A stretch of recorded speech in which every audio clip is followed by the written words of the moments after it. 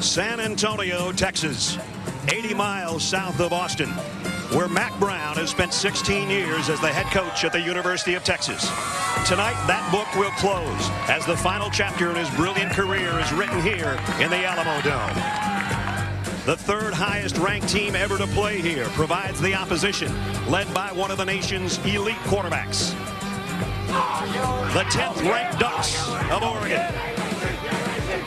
The Longhorns of Texas. The Valero Alamo Bowl is next. Let's go!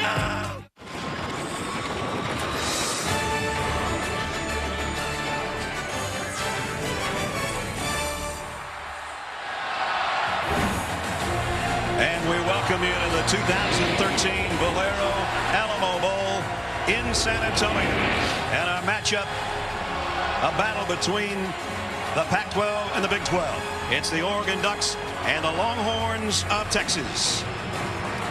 Welcome to San Antonio, everybody, and happy holidays. Brad Nessler along with Todd Blackledge. Oregon comes in as the #3 team in the nation in scoring, Todd. They started off brilliantly, 8-0 on the season. They got as high as #2 in the BCS. Then they hit a little rocky road in November, and we find out now there might be a reason for that.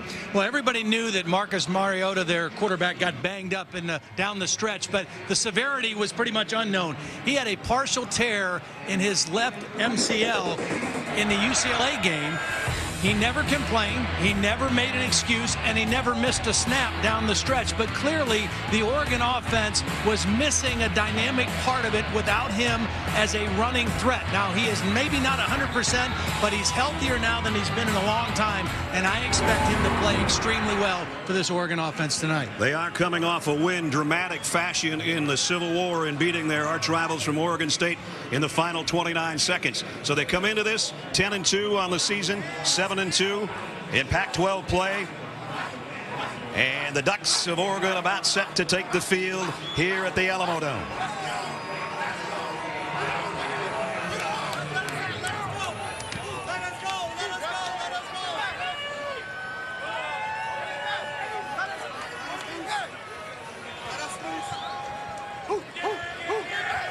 They will take flight right now.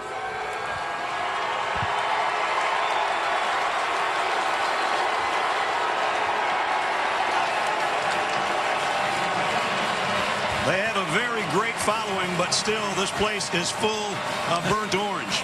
And there's a reason for that.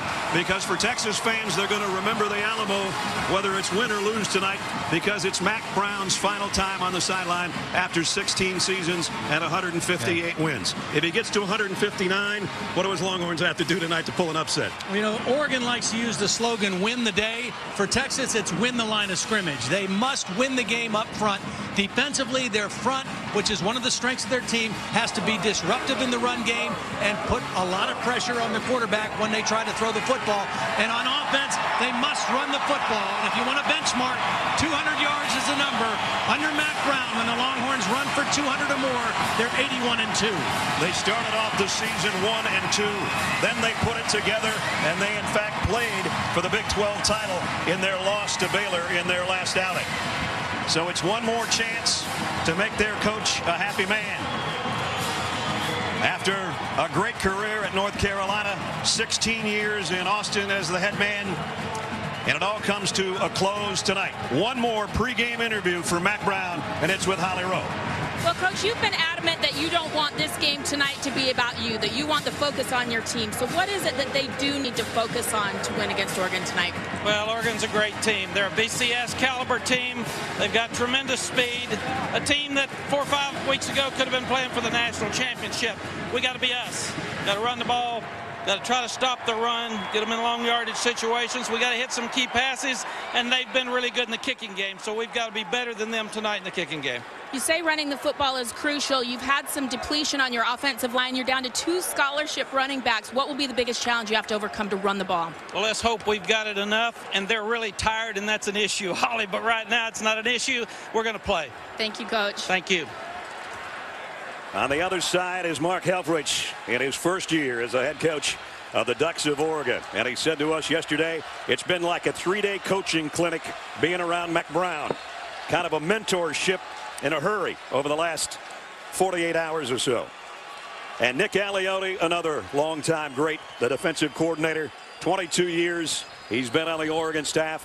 This will be his final game tonight. He's decided to retire, and he's one of the classics in all of college football.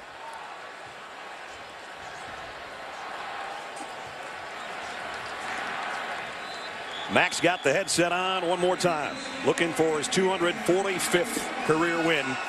And of course, the College Football Hall of Fame will come calling when he's done. The eyes of Texas indefinitely were upon him all those years. Second only to Darrell Royal in victories in Austin. Texas won the toss. They want the football. Matt Wogan's got it teed up. That's Marcus Johnson back deep. Duke Thomas will join him there. 52nd all-time bowl appearance for the Texas Longhorns. Only Alabama has made more.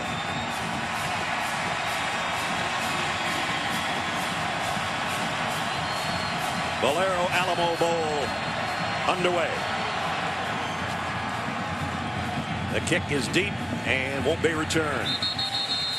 So that'll bring out Case McCoy and the offense for Texas. Of course, the younger brother of Colt McCoy, and that's maybe the last really good quarterback, if not great quarterback, that Texas has had, and that's been part of the problem, actually, in Austin. Well, Case McCoy started out as the backup to David Ash. David Ash was injured in the third ball game. Case took over, went 6-3 as a starter, and the key for him tonight, end every possession with a kick. Extra point, field goal, or punt. Don't take unnecessary risks with the football. So from the 25-yard line in a loaded backfield, it'll be the give to Malcolm Brown, and stuffed at the line of scrimmage.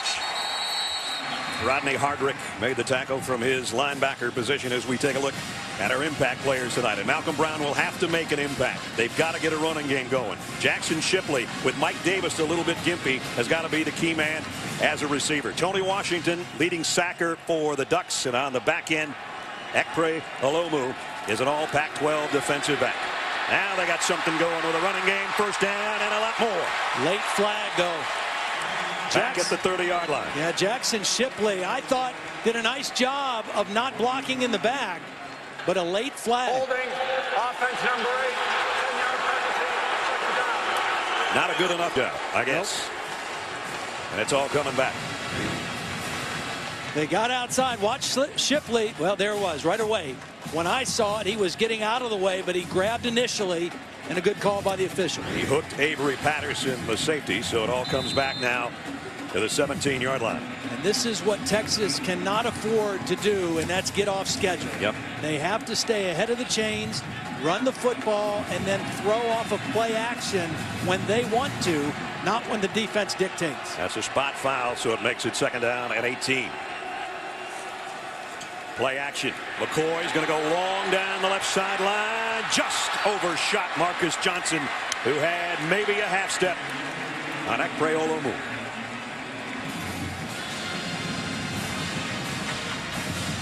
So they took a shot at the home run, and it was close. Yep. Pretty good throw. Good position for the ball by McCoy. Outside. Either your guy gets it or nobody does. So now third down and a mile. Texas was 41% on their third down conversions this year, but you don't convert a lot of 3rd and 18s.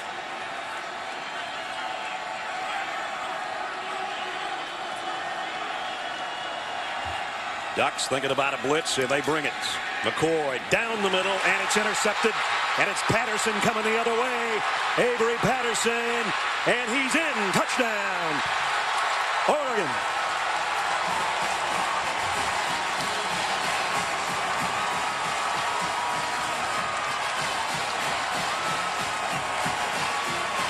As Todd said, don't get behind schedule. 3rd and 18's behind schedule. And it's a 37-yard interception return for a touchdown.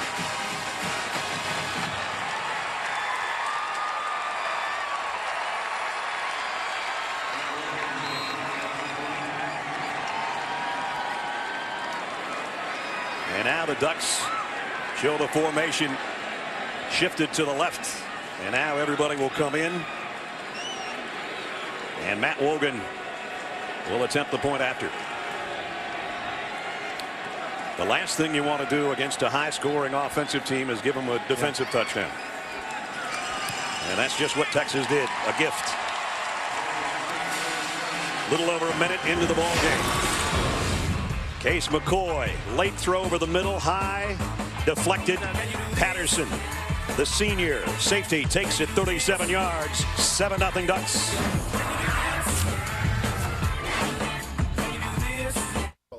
On behalf of Valero, welcome to the 21st Annual Valero Alamo Bowl.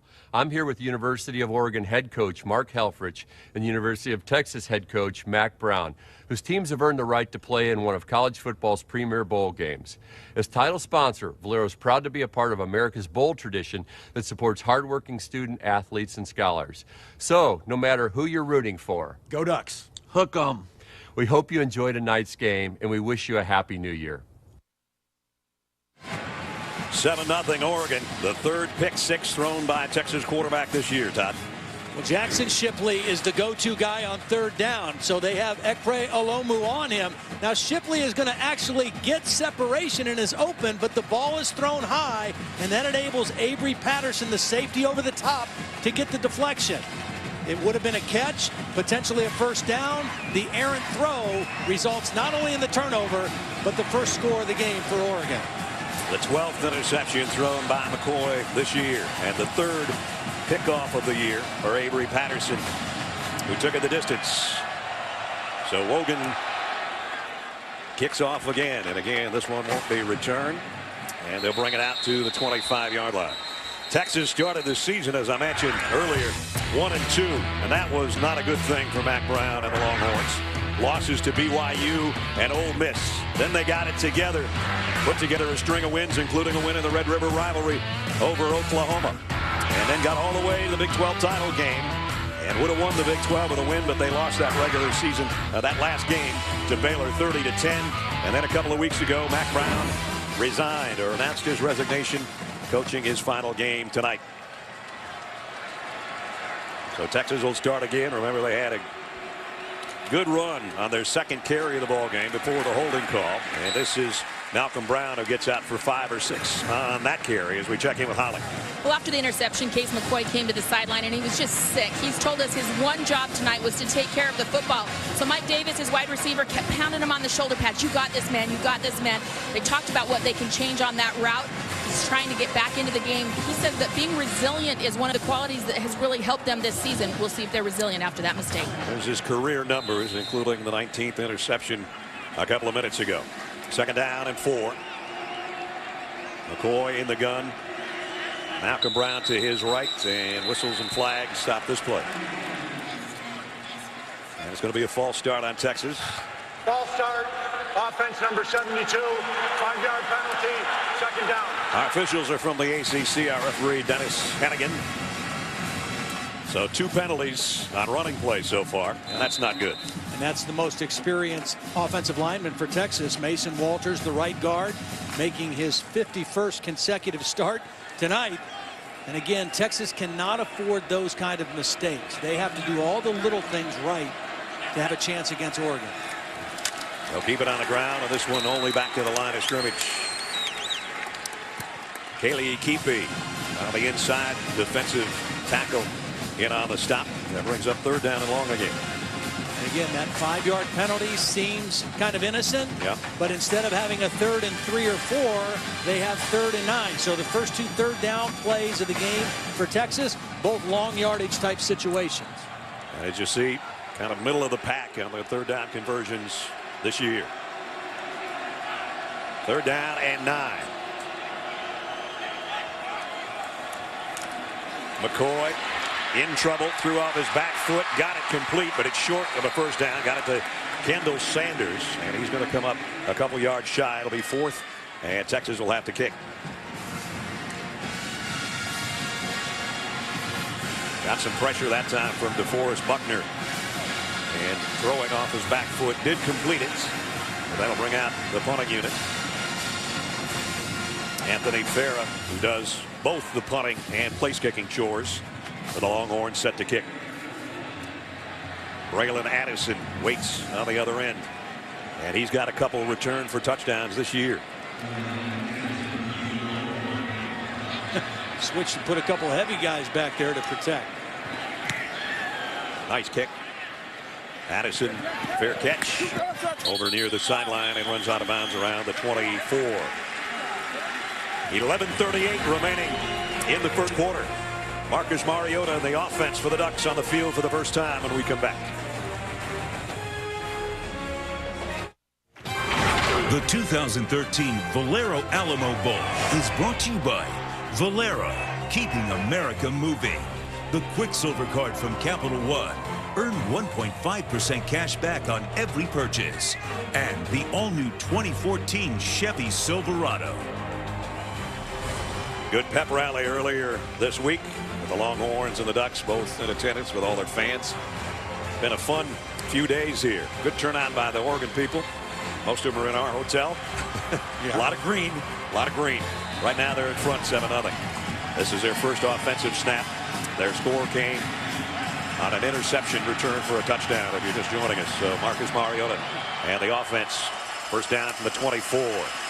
Straight up the middle goes to the 30. And Byron Marshall pickup of 6. And a hurry up. They don't huddle much. So there's the numbers on Marcus this year. And a quick snap. Looking for his first throw. He might not get it off. And again shows his running ability right there. And that's something that was taken away from him with that knee injury you talked about. Yeah, the severity of his injury, again, which most people didn't know, really took his ability to extend plays and also as a designed quarterback runner in this offense. And really that left knee also hampers your ability as a right-handed quarterback to transfer weight and drive the football downfield. And here he is running again. And a first down. Pickup of 12 more for Marcus Mariota. See, when he was rolling and healthy, this zone read aspect of their offense, whether it's either the give or the quarterback keep, was very effective. They're going 100 miles an hour right now. Running to his left and running for his life. And he got away from Texas again. And he might have another first down as he's knocked out of bounds right at the first down marker by Carrington Bynum. I think this is why both Mark Helfrich and Scott Frost were smiling so big when they came into our meetings last night, because they know that they have their quarterback healthy again. And even though he may not be 100%, he doesn't need surgery, and he looks awfully good, playing without a brace on the knee, and so far in the first possession, looks really good. That was Scott Frost you saw there in the press box, the offensive coordinator, former quarterback star in his own right at Nebraska in his playing days. Straight up the middle, and they're just getting chunk yardage right now. Byron Marshall might have another first down, really close anyway. Peter Jenkins made the tackle. And this is vintage Duck offense right here. No huddles and getting a snap off about every 14 seconds. And if you don't change the line of scrimmage against their run game, you have no chance of stopping them running the football. They're one of the best in the country at getting 4 or 5 yards down the field before contact if you don't disrupt things at the front. Play action pass this time. Mariota down the middle on the run. And another first down at the 12 for Josh Huff. Josh Huff, one of our impact players. We haven't had a chance to tell you that because they won't slow down enough for us to tell you. Well, and he's a Texas native out of Houston. Very, very important game in his mind and for him. Had some injury problems his first couple years. Has had an outstanding season this year as a senior. At the 12-yard line. This time, Texas might have them bottled up, and they do. It's going to be a loss of a yard for Marshall. Adrian Phillips ran him out of bounds, and that's Greg Robinson, the defensive coordinator, who took over as defensive coordinator after the BYU game. Manny Diaz was released at that point after they gave up 1,000,000 yards on the ground to the Cougars. Well, and more than half of those yards were to the quarterback. And that's one area that they've really had trouble this year, especially early in the season, stopping a mobile, athletic quarterback running the football. First time Oregon's been behind the chains a little bit. Second down and 12. And Mariota's going to change things up here for the first time. And he's going to take a timeout. Yep. So Oregon on the march, down in the red zone, threatening with their offense for the first time after scoring defensively. 10-10 remaining in the first quarter. We talked about Oregon. They got off to a great start as well. Started off Won their first 8 games, scored 40 points or more in all of those. Got up to number 2. Then a loss at 5th-ranked Stanford and against Arizona. Second straight season they've lost to Stanford, by the way. And then came back, and in the final half minute, it was Josh Huff with a touchdown catch with 29 seconds to go. And they beat Oregon State in the Civil War 36-35. So they come in 10-2. Yeah. And what the coaches told us, that they were most surprised with the Arizona game. They felt like they played hard in the Stanford game, just got outplayed, got too far behind, made a valiant comeback. They, cut it to 26-20 before time ran out. But in the Arizona game, the coaches didn't feel like their team, for whatever reason, played hard and was ready to play. And that was really disappointing. They came back and had to really fight their way for the win against Oregon State in their big rivalry game. But again, the health of Marcus Mariota is a big part of what they do well offensively. Over 4,000 yards by himself in total offense. Thomas Tyner in the lineup in the backfield for the first time. 8th play of the Oregon drive. I think the mobility of a quarterback in the red zone is especially effective.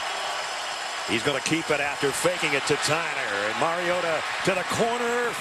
Didn't get the first down, and a flag flies in at the 5. And let's see if this one's coming back. Marcus lost his helmet too, but he was out of bounds when that happened. Holding, offense number 32. 10-yard penalty, second down. Bayless, the tight end, is the guilty party, and it's all coming back. Bayless is on the end of the line of scrimmage right here, number 32. He's going to be the lead blocker, getting out there. He's in position. Ties him up, but see, the hands are on the outside. And that's what the officials saw and why the flag came out. If those hands are inside on the shoulder pads, he's not going to get that call. But they were outside the shoulders, and that drew the flag. Negates an 11-yard gain, and it would have been a yard shy of a first down as it is, and with the spot foul penalty. And I talked about Marcus Mariota losing his hat, but I thought it was out of bounds. I guess it doesn't matter. He's coming out. Jeff Lockey's coming in. So Lockey, who hasn't played much at all, in to take at least one snap for the Oregon offense. And they've got an empty backfield for him on 2nd and long. And 3 wide receivers to the top and 2 to the left. 2nd down, 13. Lockey, it's a run all the way. There was movement up front. Again, new quarterback, new voice, new cadence, and a jump up front by Oregon. So we're seeing them go backwards a little bit here after being virtually unstoppable. Offense number 24. 5-yard penalty, second down. Well, Marcus coming back in. Lockey goes out. It's like giving 5 yards to get your regular quarterback back in there. Now 2nd down and 18. This is when. Wait a minute. Now they're telling him he can't come back in for this play. It's got to be one play, not a penalty play. Tom McCreesh from the ACC is with us up here in the booth. Tom, what's the call on that one? Well, Brad, when you have a helmet come off and the player is still in the field, he must go off for one play. If there is a foul, he has to stay out for that one play. So it's an official play and a penalty doesn't count. That's correct. Thanks, Tom. Great having Tom up here with us. Straightens things like that out. So it's Lockey, at least one more snap. 2nd down and 18, and he dropped the ball and he has to cover it. Tyner ran into him. And now Mariota can come back in officially, but he finds himself on a 3rd down and a whole bunch. Well, and this is exactly what Texas would have hoped for. Obviously not knowing Mariota was going to leave the field, but the negative plays, stopping some of the momentum and putting them into a pass situation where those defensive ends, Reed and Jeffcoat, can get after the quarterback. And they're quite a pair, both all Big 12 performers. Jeffcoat, number 44, standing up. And here goes Mariota running anyway. He's going to be run out before he can get to the first down marker. But still, they got a whole lot of that back, 18 yards. And that'll set up their field goal unit for what should be a chip shot. Again, the ability of a quarterback to be a dual threat guy in the red zone makes an offense very difficult to defend.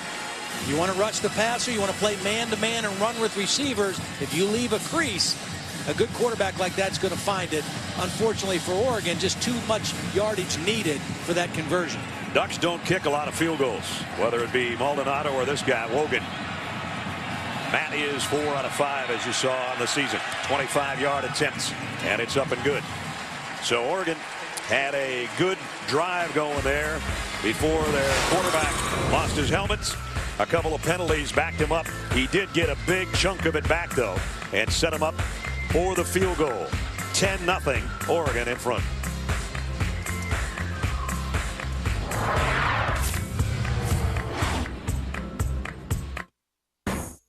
Be important that I go to Texas and start building. They come into Lincoln and snap a 47-game home winning streak.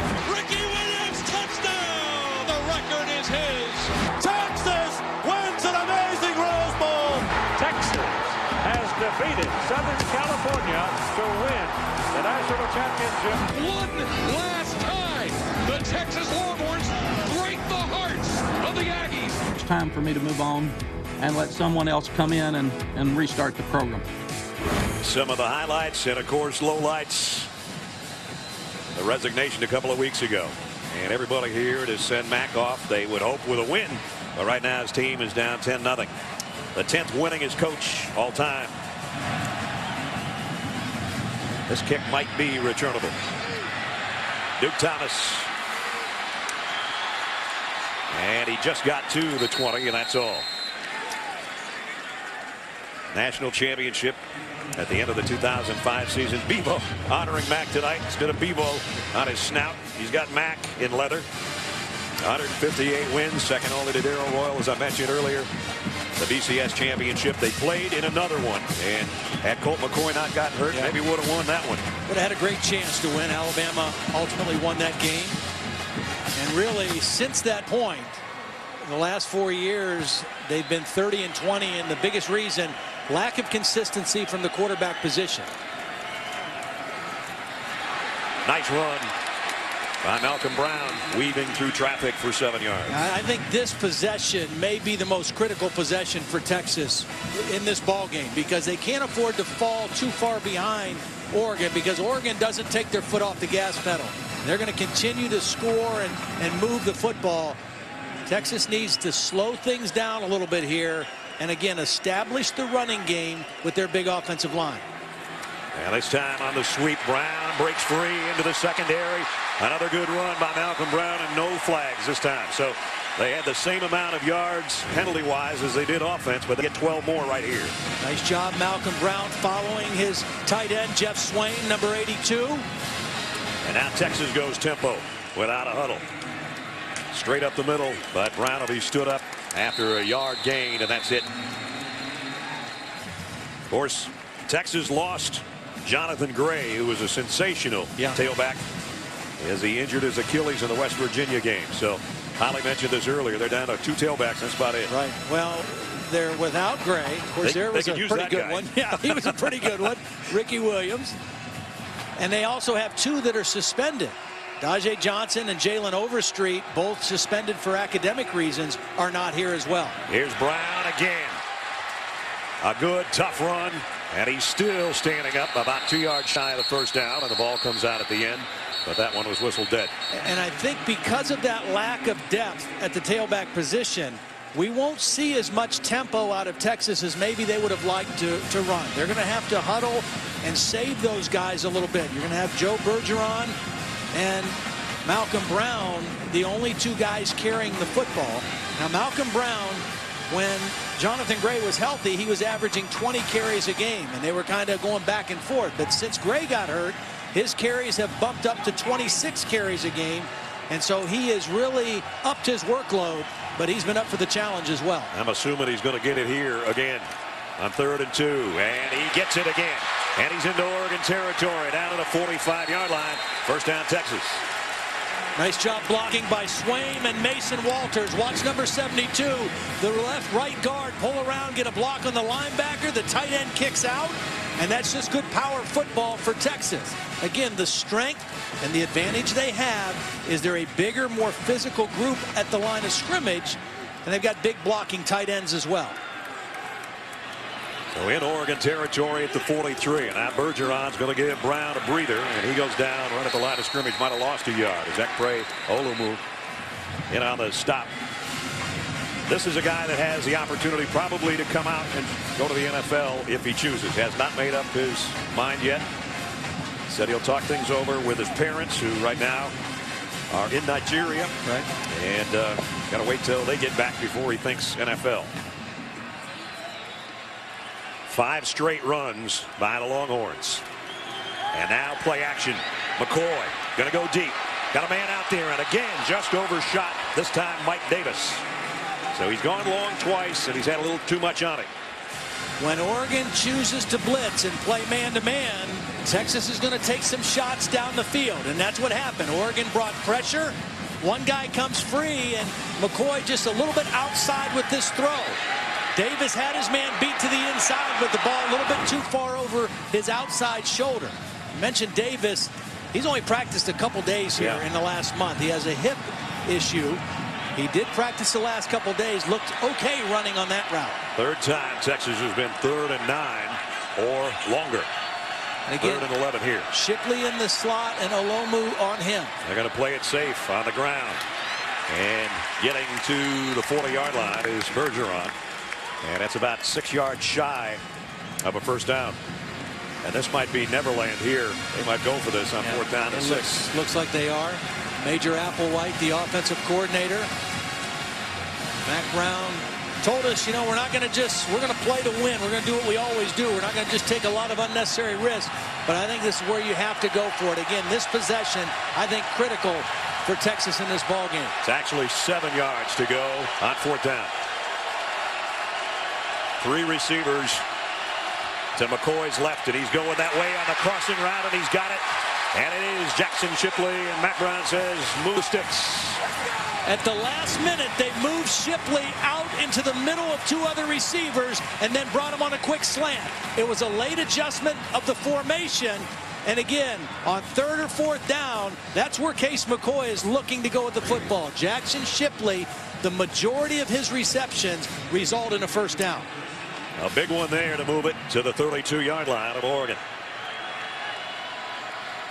McCoy on 1st down to throw over the middle and completes it. Breaking a tackle is Bergeron, and he's got another first down.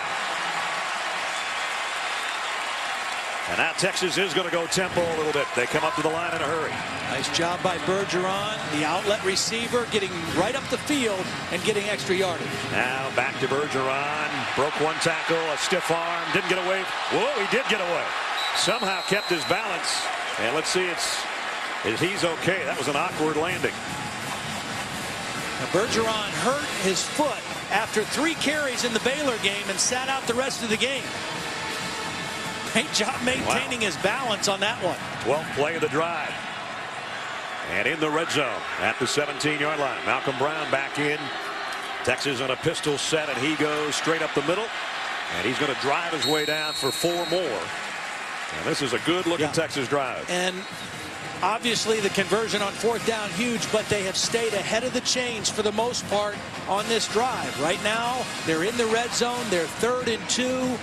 A running play, a typical power run, is very much in play right now on this 3rd down. Their first 2 possessions, they had penalties on both. They haven't had one this drive. 13th play of the drive. De La Torre, the fullback, in an eye now with Brown, the tailback. Brown, first down, and it's 1st and goal at the 9. See, 3rd down and 2, you bring an extra tight end in, and you say, we're going to run power football. We don't think this Oregon defense can line up and play smash-mouth football. If they get us behind the chains and they can rush the passer and play to their strength, which is their secondary, they have the advantage. If we can stay ahead of the chains, you're saying this if you're Texas, then we have the advantage with our front and with our tight ends. Davis and Shipley, the wide receivers, but it's been this guy, Malcolm Brown, that's got him down to the 9-yard line. He'll tote it again on 1st and goal. And Brown running over Ducks down to the 2-yard line. Again, 2 tight ends. Jeff Swain, number 82, on the end of the line. Donald Hawkins, the left tackle, with a nice block at the point of attack. And now 2nd down and goal at the 2. A 6-minute drive by the Longhorns. Brown driving to the goal line. He's close. Inside the 1. The other thing this drive is doing, not only is it getting Texas in scoring territory, it's allowing that Texas defense to rest, and Greg Robinson and his defensive assistants to kind of gather the troops and get better prepared for the next time they face Marcus Mariota. And it's keeping the Oregon offense on the sideline. 3rd down and goal. The 16th play of the Longhorn drive, and you can see it's the length of the football from the goal line. Malcolm Brown has done most of the damage to get him to this point. And it's straight ahead for McCoy. Touchdown, Texas.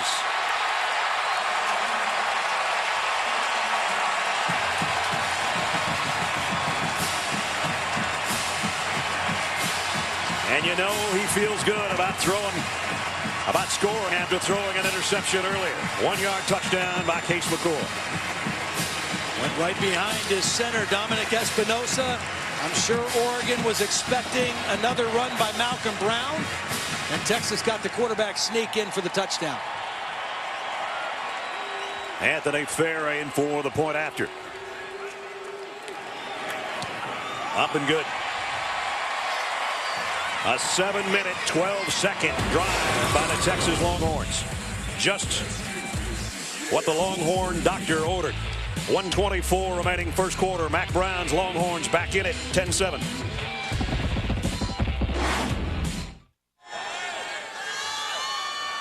Visit WatchESPN.com or download the Watch ESPN app to watch ESPN live anytime, anywhere. Brought to you by Vizio.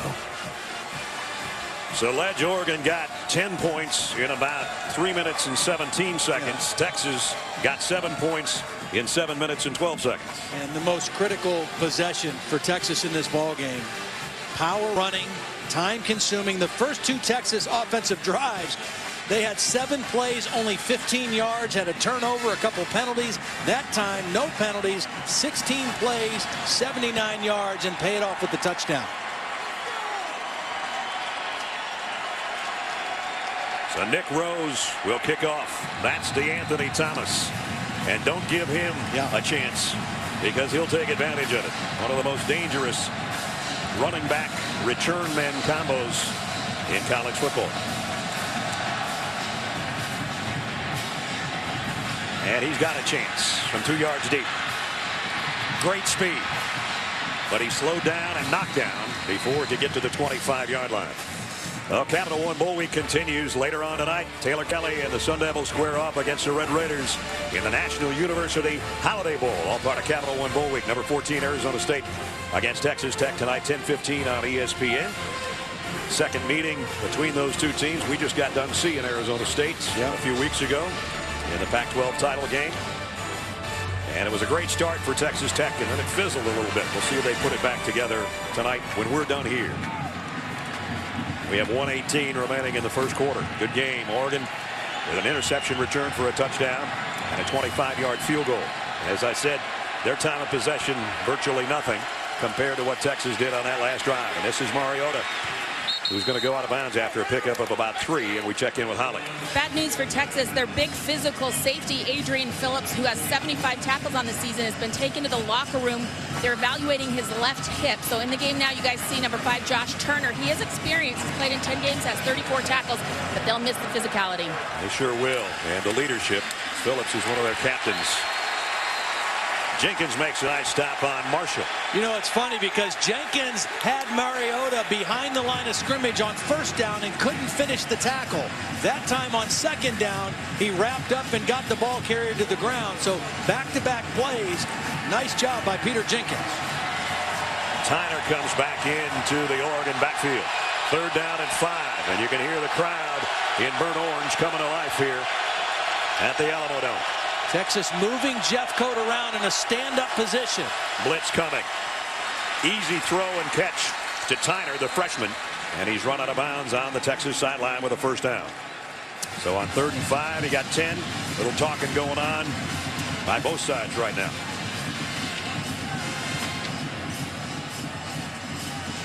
Nice read by Mariota, seeing the back escape.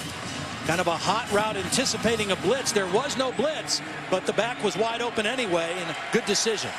Mariota on 1st down, he's going to run with it again. Boy, he's got great wheels. And I don't mean just for a quarterback, for anybody. And now limping off is going to be Duke Thomas, who was in on the tackle. And there goes another guy down in the Texas secondary. He's their corner when they go to their nickel defense. They're not even sure who to get on the field. Texas may have to call a timeout. Well, they got lucky. The quarter came to a close. And Dwayne Akina and Mac Brown trying to figure it out over there. End of 1. Valero Alamo Bowl. It was a 10-0 Oregon lead, but the Longhorns fight their way back. And it's 10-7 at the end of 1.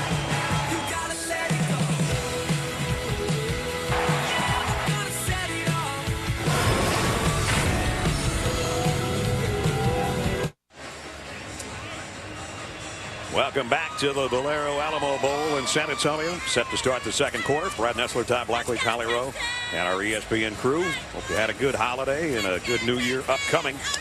Good 1st quarter. Yeah. Oregon jumped out to a 10-0 lead. Texas with a long scoring drive answered. And now it's Oregon back in Longhorn territory with a 1st down at the 41-yard line. We talked about the health of Mariota. 7 carries, 76 yards. This time they go to their tailback Tyner. And he picks up about 3. And Adrian Phillips came back into the secondary for Texas. So right now it's Michael Thompson, Josh Turner, Adrian Phillips, Quandre Diggs, Duke Thomas. Holly told us during the breaks, getting that left ankle retaped. And hopefully can come back into the secondary for the Longhorns. The reason that him being a runner, Mariota, is so important to this offense is that makes the defense account for him and add extra people at the line of scrimmage setting up play action pass. There's the play action right down the middle to the tight end. And Bayless got it down to the 11-yard line. And lost a wheel, but a pickup of 27. See, here's Bayless. Look at all these guys right around the line of scrimmage. You got to account for the quarterback run. Little play fake. He slips behind the linebackers, and that's an easy throw for Marcus Mariota. And I think more than anything, that play is set up by the fact that Mariota has run for almost 100 yards here early in the ball game. That's a career-long catch. 27 yards for Bayless down to the 11-yard line. It's not 1st and goal. It's just outside the 10. 1st and 10 at the 11. And that's an empty backfield. Mariota's going to throw, and low and incomplete, intended for Braylon Addison. Nice job by Adrian Phillips that time, just holding the edge. He came on a blitz, and he didn't get faked out by Mariota, and he forced Mariota to throw instead of escaping out of the pocket. 2nd down at the 11.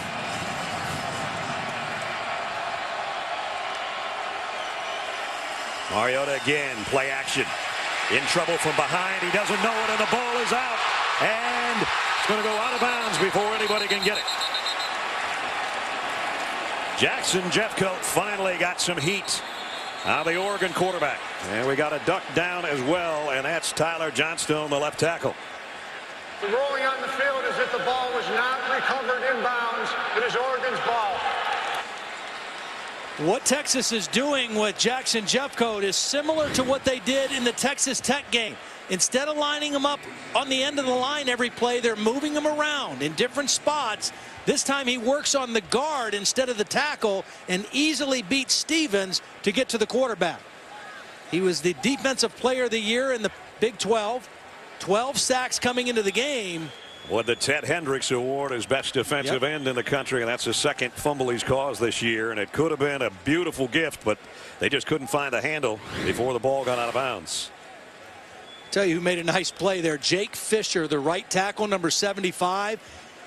Because Ced Reed, the other defensive end, is zeroing in on this football, and Jake Reed pushed him out of bounds before he could recover it, and that enabled Oregon to maintain possession. The bad news is the left tackle, Tyler Johnstone, is the guy that's down for Oregon.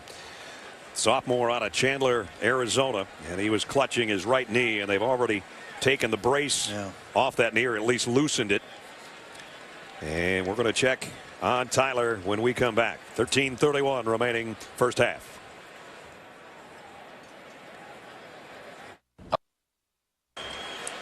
So again, Tyler Johnstone helped off the field by his teammates. They're working on his right knee. And with that, Everett Benyard III is going to come in to play tackle. There's the big guy, number 71, 6'7", 308-pound senior out of San Diego. That's a big loss for Oregon because Scott Frost told us Tyler Johnstone had been their most consistent offensive lineman all season. Playing that left tackle, has blocked against some of the best pass rushers in the Pac-12. And he was matched up with Jeffcoat. The ball was fumbled from the 17-yard line forward.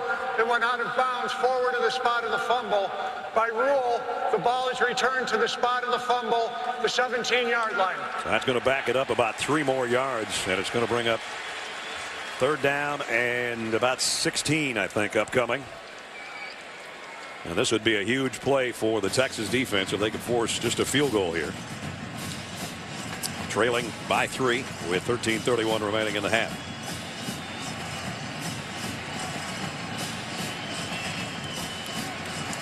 If you rush the quarterback, if this is a pass, you have to rush with a little bit of discipline and a little bit of control, because Marcus Mariota has been very effective running the football out of this formation on third down. He's got Byron Marshall with him in the backfield. Third down and 16. Play action. Mariota going to flare it out there to Marshall. He's got Longhorns in front, and he's not going to get anywhere near the first down. Only got about 3 yards. Adrian Phillips got over there to help out on the stop. And a good job by Greg Robinson's defense to hold serve there and force a field goal. Timely negative plays by the Texas defense. You know, they haven't had 3 and outs, but they've had some timely negative plays, particularly in the red zone. Matt Wogan hit earlier from 25 yards. He's 5 out of 6 on the season. This will be a 32-yard attempt by the true freshman out of Indian Trail, North Carolina. And this one just inside the right upright. So 2 field goals by the freshman. And he gives Oregon now a 6-point lead. But it could have been worse. Jackson Jeffcoat, his defensive play on Marcus Mariota right there, forcing the fumble. Created a 3rd and long that became 4th and long.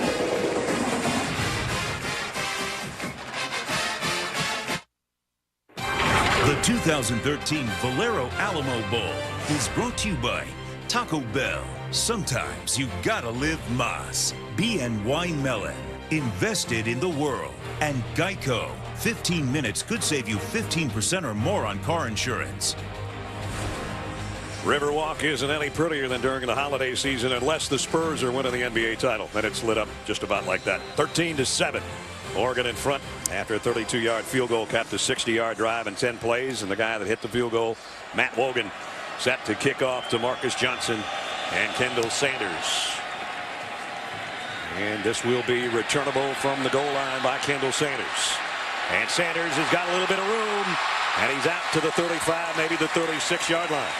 We go from Kendall Sanders to John Saunders. John. And that's all about you. This instant replay brought to you by the new Surface. Ole Miss against Georgia Tech. Corey Dennis gives it up, and Sedarius Bryant with the tackle. Ray Bino falls on the ball. It is a safety. And as Georgia Tech was marching for what could have been a go-ahead touchdown, they fall down 25-17, and that's what they lose by. Brad and Todd. All right, John, thanks. Texas now going to work from the 36-yard line, and it's Malcolm Brown who picked up about 2 as we check in with Holland. Oregon left tackle Tyler Johnstone was evaluated on the sideline for that right knee. Now, they don't give out injury updates, but from what I observed, they told him what the diagnosis seems to be for now. He put his hands over his face. His shoulders started shaking. He looks to be very upset. The players came over and consoled him, including Josh Huff and Marcus Mariota. He's getting fitted for crutches, guys. Does not appear that he can return. Boy, that's terrible. Texas here again stuffed on the run. Taylor Hart made first contact on Malcolm Brown, and it's a loss of a yard. That's going to bring up a 3rd down and long, something Texas didn't get into on their scoring drive. Back-to-back nice plays by the front of the Oregon defense. They got pushed around a little bit the last couple possessions. That time, they withstood the challenge on the first 2 downs for 1-yard gain. And now they put Texas in a situation they want, playing to the strength, which is their rush and the back end of their defense. 4 wide receivers for Case McCoy.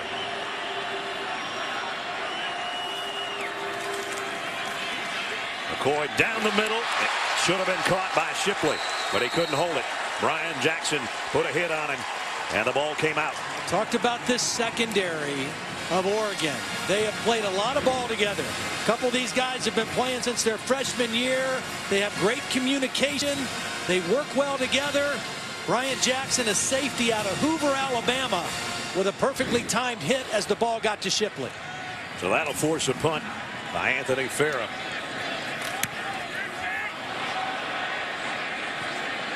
This one's going to take a Texas bounce. Wasn't the greatest punt in the world, but it made it all the way to the 11-yard line.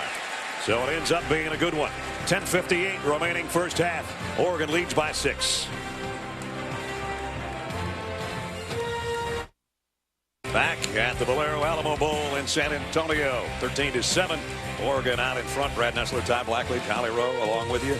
Partner, I got to give Greg Robinson's defense some credit. Yeah. One of the highest powered offenses in the country, has been down in the red zone twice and came away with only 2 field goals. They got some negative plays when it mattered the most. I would expect Oregon in this possession, they got to find a way to get the ball in the hands of DeAnthony Thomas. He's only touched it once on a kickoff return. Josh Huff also. Those are a couple of their big playmakers that have been a little bit quiet here the last few possessions. They do start in a little bit of a hole here at the 6-yard line. And DeAnthony Thomas, who Todd just mentioned, is in the backfield with Marcus Mariota from the 11.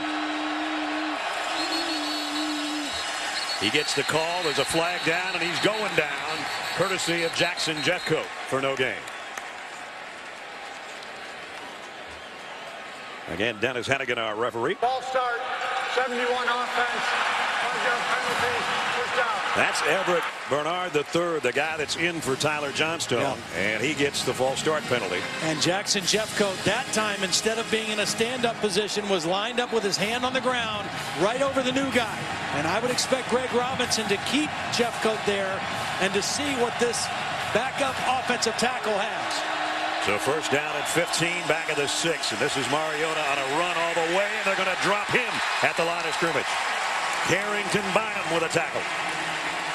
Well, you just can't overstate or overemphasize the impact Greg Robinson has had on this defense. After 3 ball games and a 1-2 start, their numbers were dismal, and they have steadily gotten better, particularly in stopping the run as this season has gone on. Yeah, it went from about 6.5 yards to carry to about 3.5. This is a run all the way again, but Mariota, the secondary, and his helmet comes off again, but he's got a first down. So that's the second time he's lost his lid, and he'll have to come out. Well, he's 6'4", 215 pounds with great speed. And you can see how hard he is to tackle. There are Longhorns around him, but unable to get him on the ground.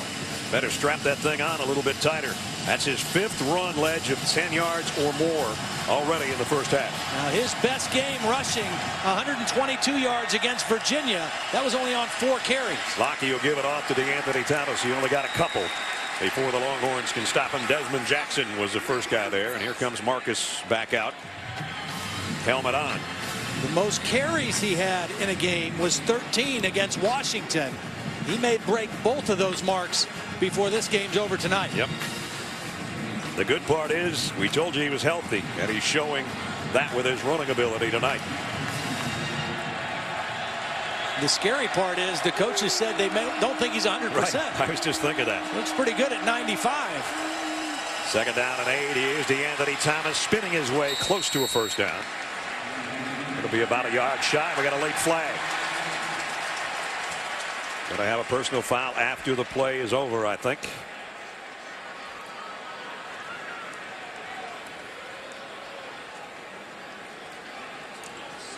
Just straightening it out and make sure who the guilty party is. Cameron Hunt is the freshman. After the play was over, personal foul, unnecessary roughness, offense number 77. 15-yard penalty, third down. Mark Helfrich coaching him up on the sideline. But here you're going to look after the play was over. And you just can't do that. Especially with a guy in striped shirts right next to you.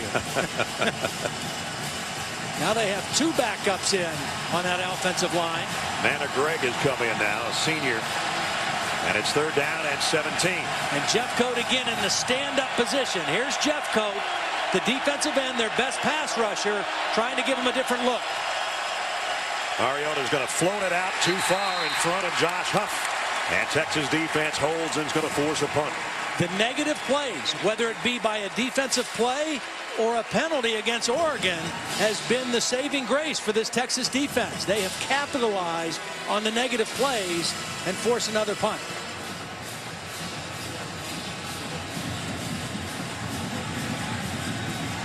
Alejandro Maldonado will punt this one away. Jackson Shipley is back deep. Texas should get outstanding field position. And kind of a tallywagger here that Shipley fields cleanly on a fair catch around the 48-yard line. Only a 34-yard punt though. So Case McCoy, who's made one mistake tonight but also scored a touchdown, will have great field position for the Texas offense when we come back.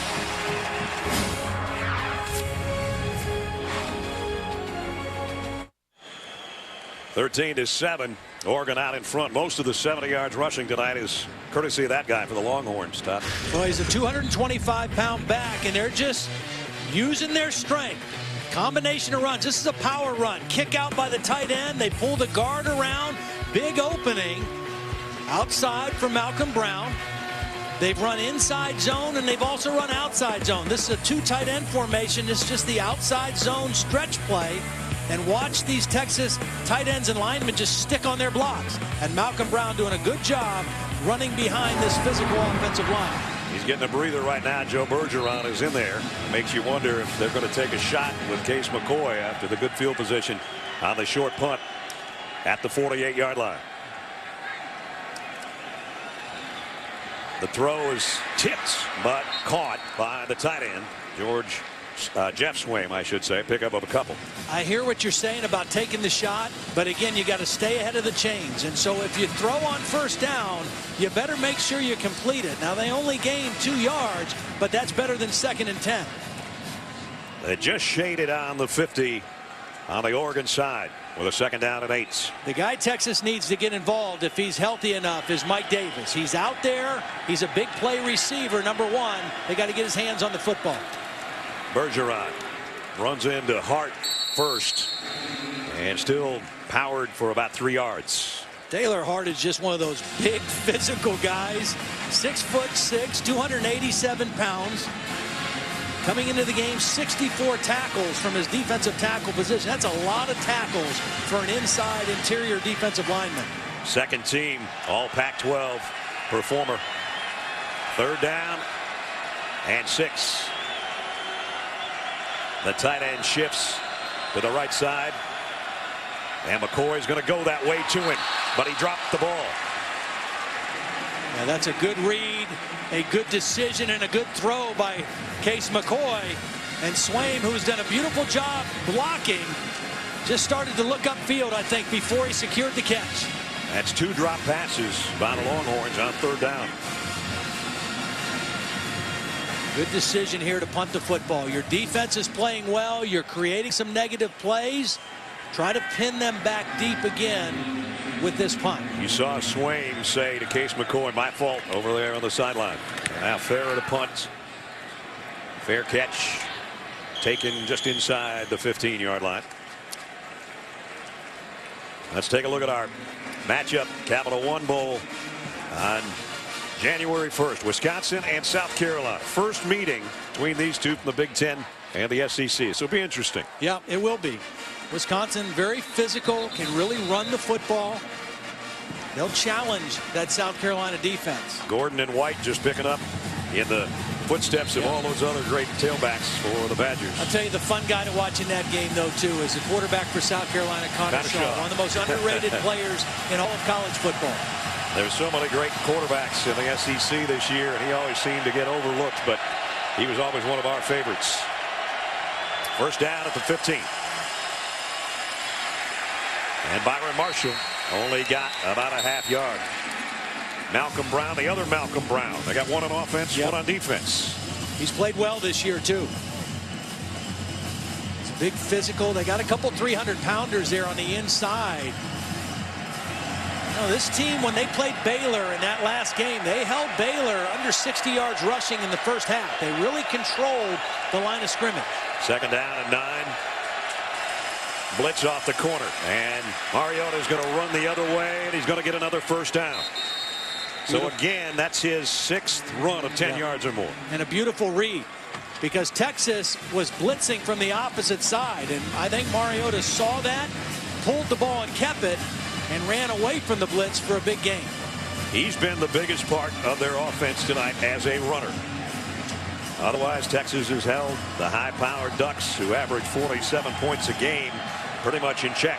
Remember, the touchdown they got was on an interception return for a score.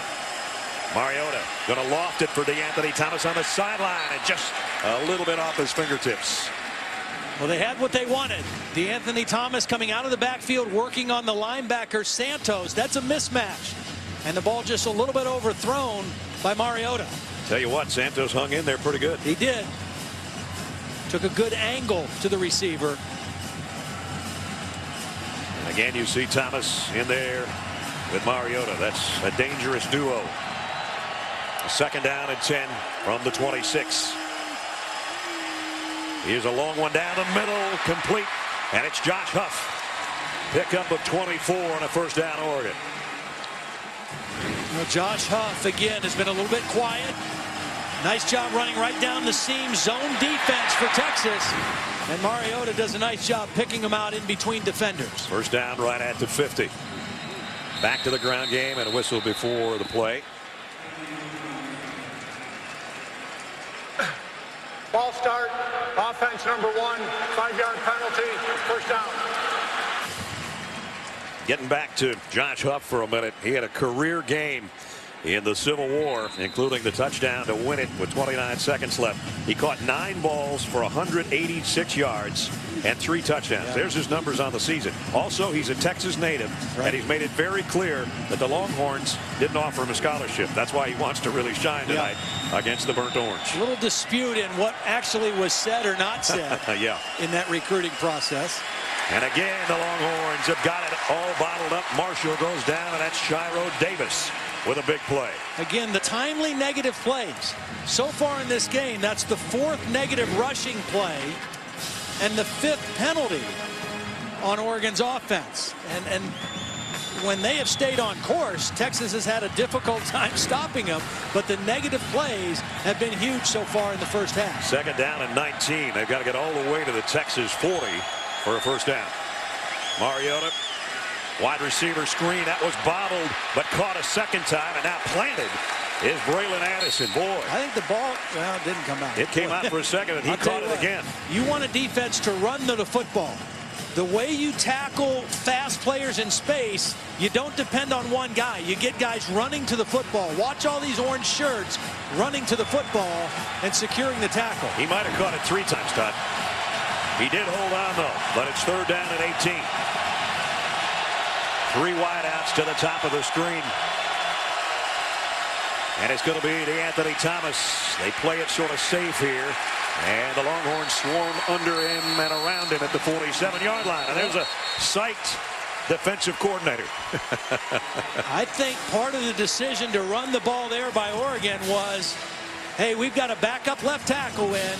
Jackson Jeffcoat is giving him some problems. Let's not put him in a difficult situation on 3rd down and long. Let's punt the ball, play a little field position, and see if our defense can make a play. Greg Robinson has been around a long time as an assistant and a head coach. I don't know that I've ever seen him that excited. Maldonado, you look behind him as he punts. No return man. Oh, I don't understand that. Going to be caught inside the 10 by Dior Mathis.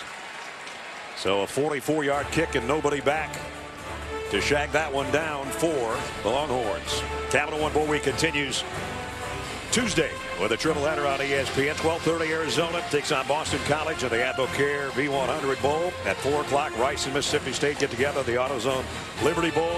8 o'clock tomorrow night, Duke and Texas A&M get together in the Chick-fil-A Bowl in Atlanta. Capital One Bowl week continues tomorrow. All the games on ESPN and also live on Watch ESPN.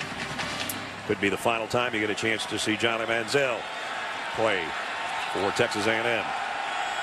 So Texas in a hole here. But again, their defense held, and they're right in the ball game, trailing by 6 with just under 4 minutes remaining in the half. I think Texas wanted a timeout. We'll take it with them. 3:50 left, second quarter.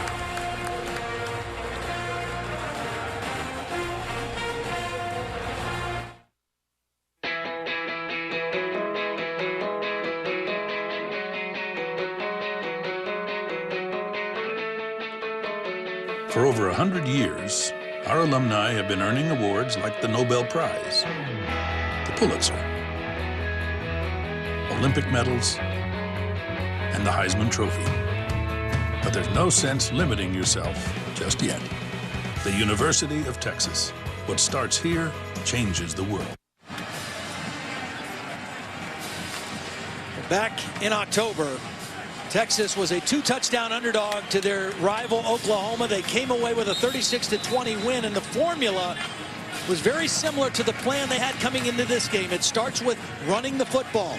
They possessed the football by converting third downs. Case McCoy was efficient throwing it. He had the 1 interception, but he made some big throws. And defensively, they controlled the line of scrimmage. They got after the quarterback. Right now, they're kind of on that script.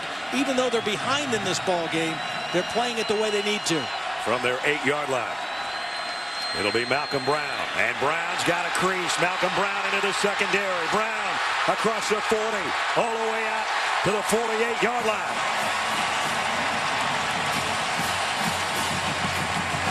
Boy, beautiful job by the right side. The right tackle, Trey Hopkins, the right guard, Mason Walters, both get around and seal their blocks. One missed tackle, Jeff Swain, who's having a beautiful first half blocking from his tight end position.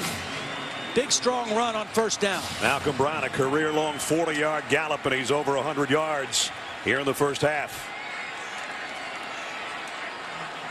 First down at the 48.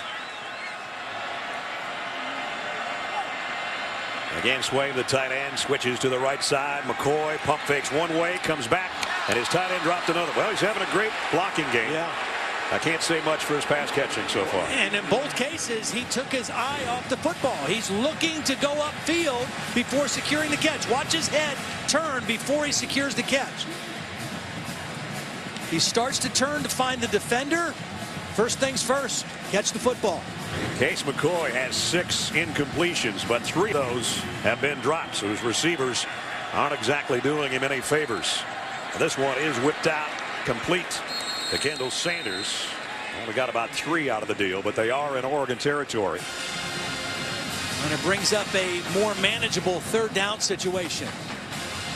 Mike Davis, their leading receiver, with a hip injury. Kendall Sanders has a stress fracture that he's battling through. Neither one of those guys have practiced very much during this bowl preparation.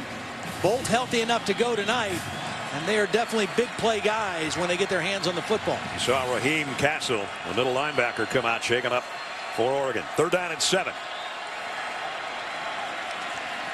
McCoy rolling to throw, in trouble, fires late and incomplete. He intended for Bergeron on the sideline. That's going to bring up 4th down. Seeing a little field position game. You know, Oregon's not used to playing this kind of a game. But the last month of the season, their offensive numbers went down for various reasons. We talked about the health of Marcus Mariota. Now, he looks great tonight. They're down an offensive lineman as we take a look at their left tackle, Tyler Johnstone, heading to the locker room. They did switch the field, though, with that long run by Brown. And so Farah now can kick it to the far side and force a fair catch back around the 11 by Braylon Addison. With 2:08 remaining in the first half, let's head to the studio and check in with John Saunders. John? Brad, thanks a lot. Don't forget, coming up at halftime, I'll be joined by Mark May and Lou Holtz. Plenty of highlights, including Ole Miss. Interesting game against Georgia Tech. Navy was able to run the ball against Middle Tennessee State. That one is coming up. Plus, we'll look ahead to Arizona State against Texas Tech. That's coming up tonight when we're done with your game. That's coming up at halftime. Right now, Brad, back to you. All right, John, we'll see you in about 2 minutes and 8 seconds. You know, last year we had this Oregon team in the Fiesta Bowl against Kansas State, and Kansas State was kind of playing right with them in the first half, and in the last 2 minutes, they gave up a long touchdown drive that Marcus Mariota kind of came alive on, and it really put the game a little bit out of reach. Texas, as well as they played, needs to get a stop on this possession. Mariota's been the big play guy, and here he goes again. Mariota down the sideline.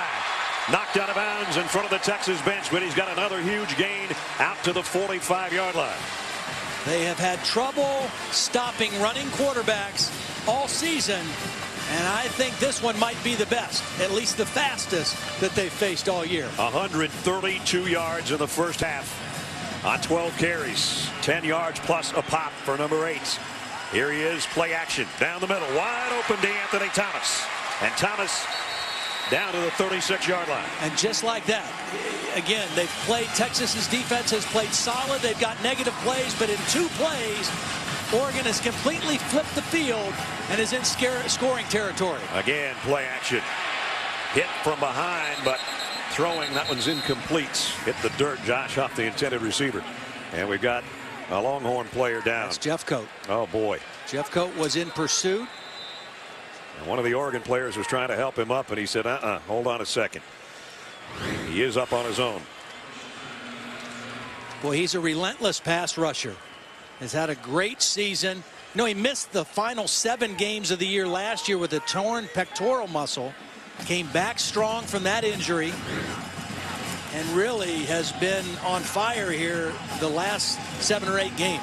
You know, a lot of times we talk about time of possession. You don't think that's a big deal. And with Oregon, it isn't. They're second to last in the country in time of possession because they score like this every couple minutes.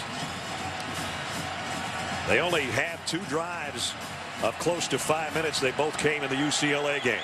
They're on the move right here with 1:39 left in the half. And coming wide is Thomas Tyner. And collared almost, but he got extra yardage, and he's close to another first down. Scott Frost told us the last 2 or 3 games, this guy Thomas Tyner has become a real guy for them. He's a more physical runner, 200 pounds. You know, 3rd down and a yard. They go in a hurry, and it's Tyner who's got the first as he spins his way inside the 25. You know, that was their 6th 3rd down situation. Prior to that 3rd and 1, they had 3rd and 5, 3rd and 13, 3rd and 17 twice, and 3rd and 24. It's a whole lot easier to call plays at 3rd and 1.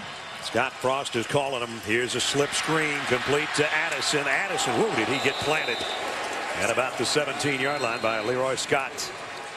Oregon's in fine shape. They got 2 timeouts. Looks like they're going to use one of them right here. Oregon, that is their 2nd timeout of the half. They got 1 remaining and 53 seconds until halftime. Marcus Mariota has been the star, and it's been with his legs. Nothing wrong with that knee tonight, I don't think. No, he has looked outstanding. Good decisions, running north and south, protecting the football when he runs. Some of it has been by design, some of it has been improvisation. But he has been very difficult for the Texas defense. This time he read the blitz coming from the backside. Instead of giving it to the back for a loss of yardage, play kept it, ran the other way for a 10-yard gain. And he has been the most effective weapon running the football for Oregon, no doubt. Let's check in with Holly. So Marcus Mariota has had to wear a big, thick, black structural brace on that left knee with that partial MCL tear. But tonight he's just wearing a small sleeve. It's under the tights of his uniform. It's not very big and bulky, so he's got some more freedom of movement as we're seeing from his running. But guys, it's no small miracle. Torn MCL, even a slight one, is very difficult to return from, and he's doing a great job tonight. Yeah, he's a whole different cat, or in this case, duck, when he's healthy. I'll tell you the other thing is when he was hurt and playing, he never missed a snap and never made an excuse.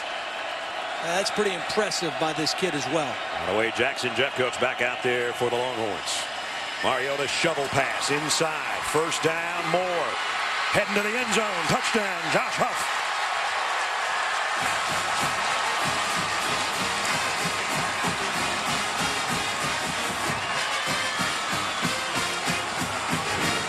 Well, Peter Jenkins, number 19, reads the play and is in position. He gets off the block, and he's right there, unblocked. Can't make the tackle on Huff. And Huff, as all good Ducks do, goes airborne. Huff is a physical receiver. He's over 200 pounds, has a very strong lower body, and he ran right through that tackle of Peter Jenkins. What a huge scoring drive. In 7 plays, 88 yards and a touchdown, and that's 20-7. So similar to what we saw in the Fiesta Bowl last year. A score right before half, and Oregon gets the ball to start the third quarter when we come back after halftime. There's the numbers for Josh Huff, the Texas native.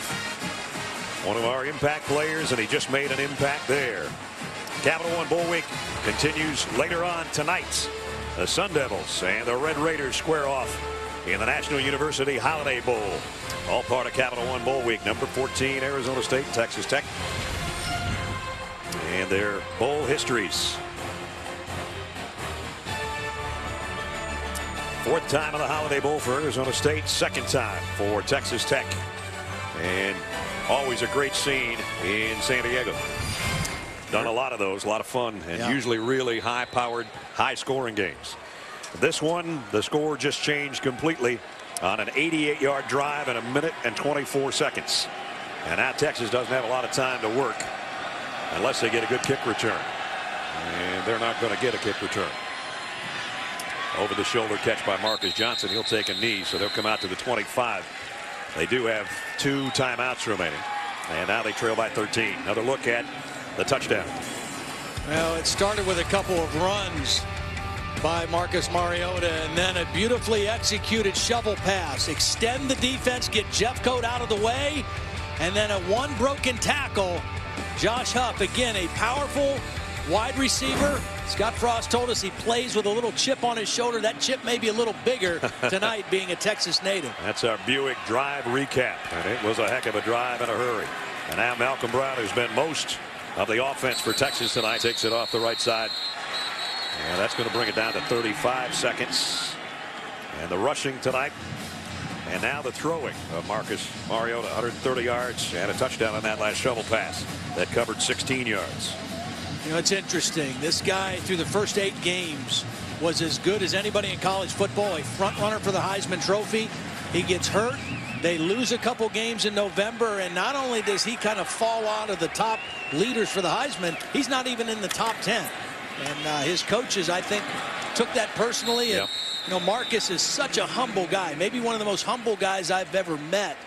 He's never going to say anything, but deep down, I'm sure there's a little bit of a something that he wanted to prove in the ball game tonight. Of course, he made the decision to come back next year and have a big year as well. He had a big first half, both with his arm and his legs, and he's given his team a 20-7 lead at halftime. As the Ducks looking for their 11th win of the season, they're halfway there. And the Longhorns defense played exceptionally well until that last drive that covered a long part of the field in 1 minute 24 seconds. Let's check in with Holly. Well, Coach, you said you wanted to run the football, and you have. What's enabled you to be so effective doing that in the first half? Well, Holly, we're good at running the ball, and that's something we've got to continue to do. Very disappointing with a 13-7 deficit there. We had the ball to 50 twice. We had 3 and outs. We dropped some passes. We've got to play better. Our guys are playing hard. Oregon's really good. They're as good as publicized coming in. Quarterback's as good as anybody in the country. If he's healthy, he'd be in that Heisman mix. But we've got to play better on offense and make more plays. Perfect. Thank you, Coach. Thank you. As Mac has done for 29 years, telling it like it is at halftime. And his team trails by a score of 20-7 as we send it back to John, Lou, and Mayday back in the studio. A battle between the Pac-12 and the Big 12. It's the Oregon Ducks and the Longhorns of Texas. McCoy down the middle, and it's intercepted, and it's Patterson coming the other way. Avery Patterson, and he's in. Touchdown. And it's straight ahead for McCoy. Touchdown, Texas. And you know he feels good about scoring after throwing an interception earlier. Mariota shovel pass inside. First down, Moore. heading to the end zone. Touchdown, Josh Huff.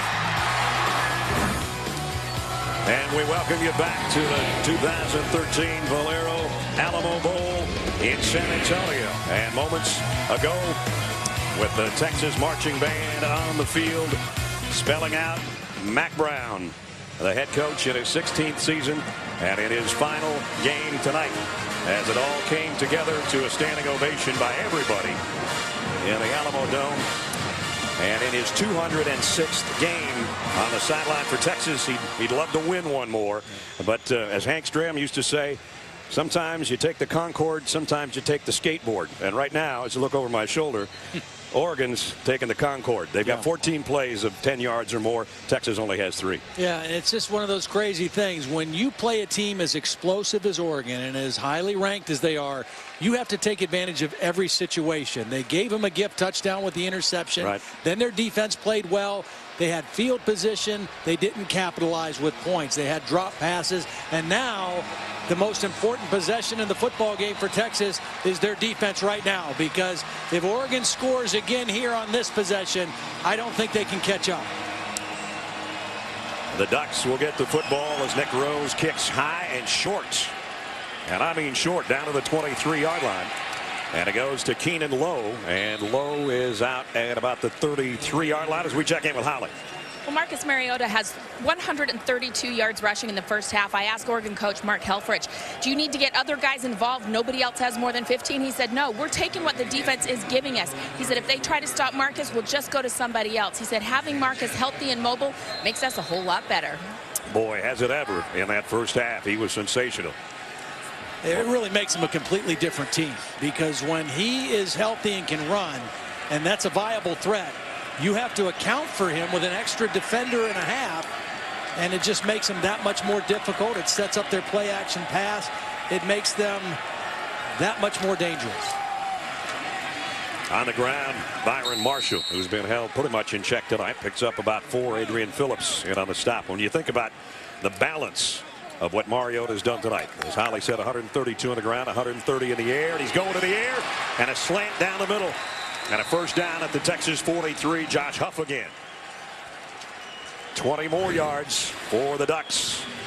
It's just a simple look route. I mean, he's not running any timing route. He's just running into an open area, and the play action freezes the linebacker. And now Mariota on the run. This time he'll slide down as he got to the 36-yard line. Bynum was there to make sure he didn't go any further, but they've already moved it to the Texas 36. Opening 50 seconds of the quarter. Mariota down the middle and complete again inside the 25. That one's to Braylon Addison. So they're mixing it up here in the opening minute of the third quarter. Well, we talked about Josh Huff being a Texas native. So is Addison out of Missouri City, Texas. Both these wide receivers with a lot of incentive in this ball game. Mariota floats one, and incomplete, intended for Bayless, who he hit for 27 yards earlier in the ball game. Leroy Scott was back there covering. Marcus did something a little funny at the end of that throw, like he was stretching something in his leg or adjusting something, and he's walking kind of with some stiffness in that left knee right now. Yep. Might be something to keep an eye on. Oh, there's something wrong with him. He does not look right. Kind of walked stiff-legged up to his center. And now the shotgun. About a yard gain on the play. And now it's going to be interesting to see if he runs again. Yeah. If he doesn't have to. And you're right. And Holly said he's wearing a sleeve under those tights. And you saw him adjusting his thigh pad a little bit. He's playing with that left knee. It's not what it was in the first half. It doesn't look like. Third down and 9, and that might change the game dramatically. He'll throw on third down, and it's incomplete and almost intercepted by Bynum. Josh Huff, the intended receiver. Actually, it was Keenan Lowe, the intended receiver, but incomplete. Again, with a left knee injury, not only does it affect your ability to run, it affects your ability to transfer your weight from your back foot to your front foot and drive through the football. And that was the first throw that Marcus has made that was not on the mark, really. The longest field goal that Wogan's hit this year is 38 yards. This is a 39-yard attempt. He's 2 for 2 tonight. And he's perfect. Doing a good job. True freshman's got 9 points in the ball game on field goals. Stretches the lead 23-7 Oregon. Celebrating its 9th year sponsoring Good Hands Field Goal Nets. Allstate makes contributions to participating universities' general scholarship funds for each field goal and extra point kick. Since 2005, Allstate's contributed more than $3.4 million in scholarship funds. There was a scene during the timeout. Marcus Mariota over there with the trainers and also rolling that back knee himself. Yeah. Which I'm no doctor for sure, but the fact that they're not checking the stability of his knee and doing that suggests it's some kind of a muscle thing, or rather than the reoccurrence of the MCL thing. So Wogan, who just hit the field goal to kick. And this one should be coming back for Texas. Marcus Johnson from the 1. And Marcus Johnson across the 25 before he's brought down. And let's check in with Holly. Well, a lot of Texas fans are anxious to know who will be the new head coach for the Longhorns.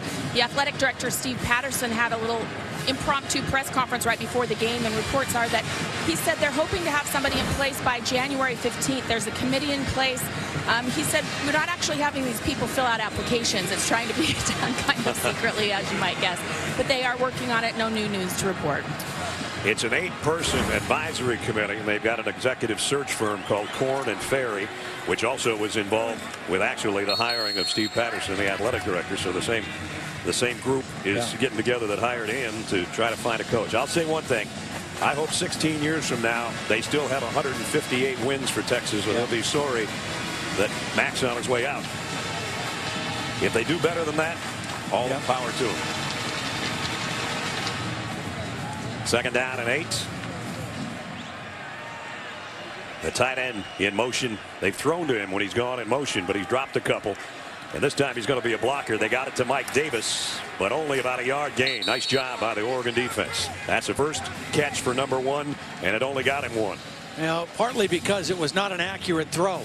Case McCoy tried to get it to Davis quickly, but because it was not a clean throw, Davis wasn't able to catch that thing and hit upfield quickly. So it's 3rd down and 7. Shipley has been the go-to guy in 3rd down situations. Oregon very aware of that. He's in the slot to the top of your screen.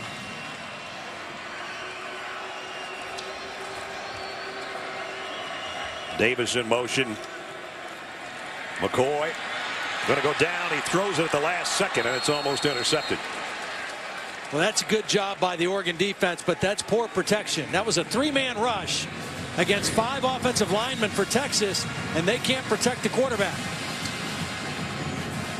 McCoy tried to step up in the pocket, and a nice second effort by Tony Washington, their leading sacker, stayed with the play even though the quarterback stepped up inside of him and got the sack, or they forced incompletion. The 4th 3 and out, and another punt, and wow, this is a beauty by Farrah.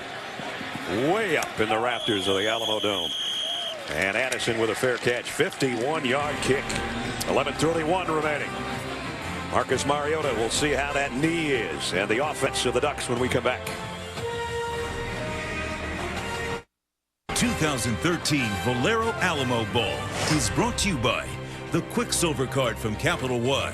Earn 1.5% cash back on every purchase. Dr. Pepper, always one of a kind. And your next truck, Ford F-150.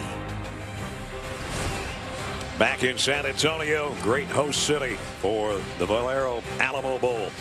And the 3rd highest ranked team ever to play in this event is the 10th ranked Ducks of Oregon. And they've got the lead 23-7. And they start again at their own 19-yard line.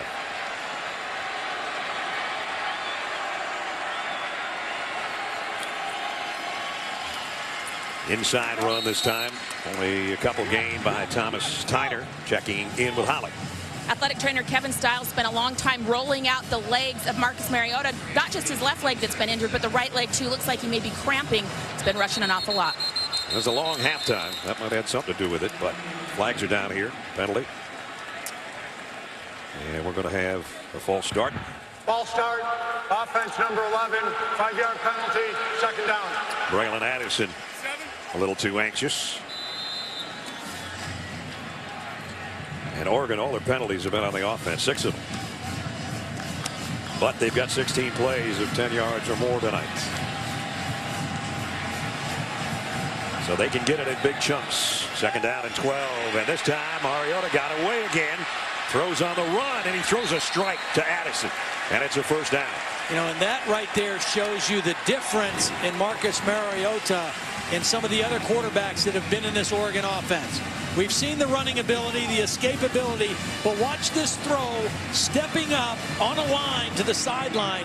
He's the best thrower that they've had in this offense to go along with his running ability. Throwing on the previous play was a completed catch. The play is under further review. And again, he's clutching that left hamstring or something, Todd, and he's coming to the sideline again. And maybe it's a cramp because he's going to take in as much fluid as he can while they take this play under review. Now, sometimes when you wear a sleeve like that, and sometimes it just hard to guess, but take a look at the play. Good footwork on the sideline. Good camera work.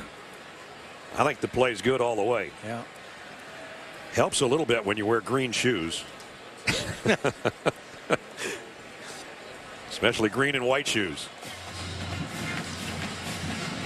Looked like he got both toes down. Great catch. It's a matter of whether or not maybe that he had possession over there. So Dennis Hannigan's talking to Rosie Amato up here in the replay booth. And we get the call now. After further review, the play stands as called.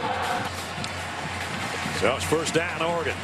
And it gave Marcus Mariota a little chance to get some more fluid in his body and stretch out a little bit more on the field.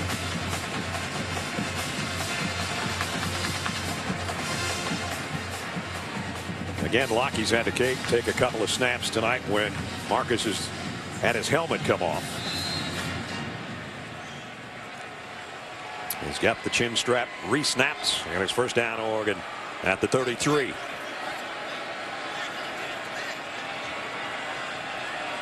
And Tyner is going to empty the backfield. They're going to flip it out to Tyner, though. Avoided a shoestring tackle, and Tyner's got another first down. Almost a nice defensive play out there on the corner, but he got through that. Yeah, Adrian Phillips, the safety, read this quickly. He stumbled a little bit going for the tackle. Usually a very sure tackler, but that little stumble made it difficult for him to make the tackle, and Tyner with a big gain. This time, only a couple for Byron Marshall. But again, Oregon not slowing down at all, not huddling, getting back to the line of scrimmage. It'll be second down and about 8.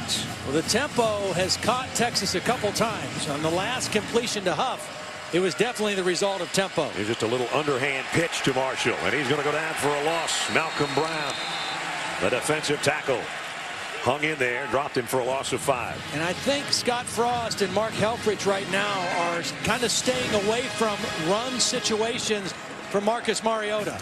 They're trying to find other ways to run the football and not put it on their quarterback. But now another 3rd and long. We'll see what he does on this play. 3rd down and 13. 3 receivers to his left. Nobody to the right for Mariota. And now it's an empty backfield. So here comes the quick pass again. Caught, delivered kind of high. And Texas is going to run the receiver out of bounds after a short gain. So Byron Marshall comes up short, and the punting unit comes out.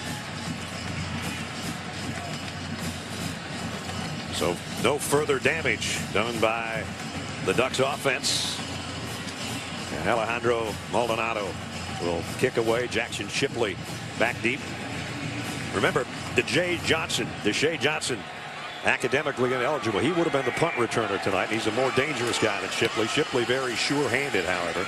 And he comes up on a fair catch and takes it around the 23-yard line. So Texas back on offense, trailing 23-7 when we come back. 2 of the nation's most physical teams collide in a granddaddy of them all. Big Ten champion Spartans eyeing their first Rose Bowl since '88. Stanford Cardinal seeking their second consecutive Rose Bowl title. The 100th Rose Bowl game. Number 5 Stanford, number 4 Michigan State. New Year's Day. Coverage starts at 4:30 Eastern on ESPN. Tyrone Swoops is in at quarterback for the Texas Longhorns. Well, Texas has been held without a first down on 5 of 8 possessions, trying to find some new spark for this offense.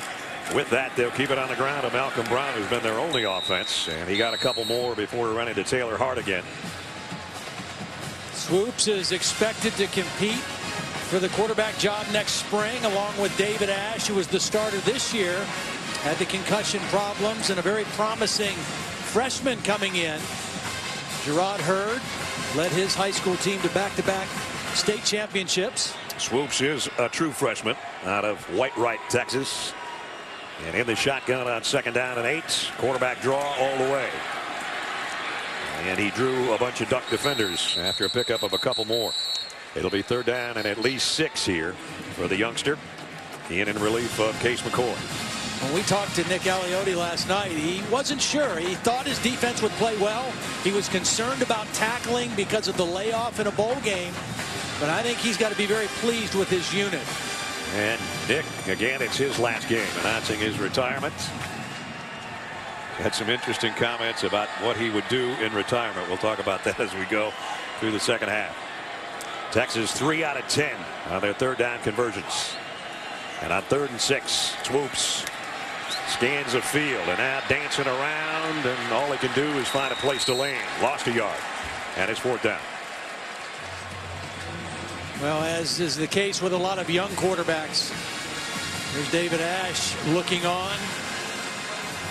When you're a young quarterback and you start to think about moving in the pocket, a lot of times your eyes come off the coverage and you start looking at the guys in front of you. And that time Swoops really nowhere to go with the football. So that experiment didn't work. That'll bring out Farah to kick. His last punt was a beauty, 51 yards.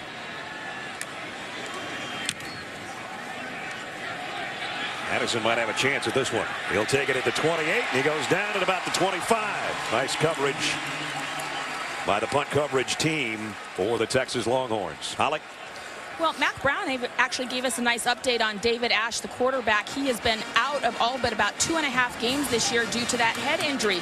But he said he's been told that he can go full course in spring, that he'll be ready to play, and that he was also told that that injury should not be one that reoccurs naturally just with one hit, that he shouldn't have to be too careful moving forward. That is something that they have cleared him from. So that's good news for Texas fans who are hoping to see him compete in the spring. There is also a possibility that he will apply for a redshirt year through the NCAA because of that injury that's kept him out most of the season. They'll petition the NCAA to try to get another year back because he played very little this year. Well, and again, as we mentioned, the slide for Texas after playing in that national championship game in '09, direct result of quarterback play. Mariota on the run again. Whoops. I hope that knee didn't give out. He went down on his own, and he's testing it. It may not be a knee. I shouldn't say that. Left leg. We're going to put it that way. Right. But that time he had a lot of green in front of him, Todd, and he pulled up, or it pulled up for him. And remember, the last couple possessions, they've strayed away from the play calls where he would run. That was a scramble. Yeah, that was a scramble. And you can tell it's affecting him. Illegal substitution, 12 players in formation, offense, 5-yard penalty, 2nd down. Anthony Thomas, one too many guys out there. I think he was the one that was one too many.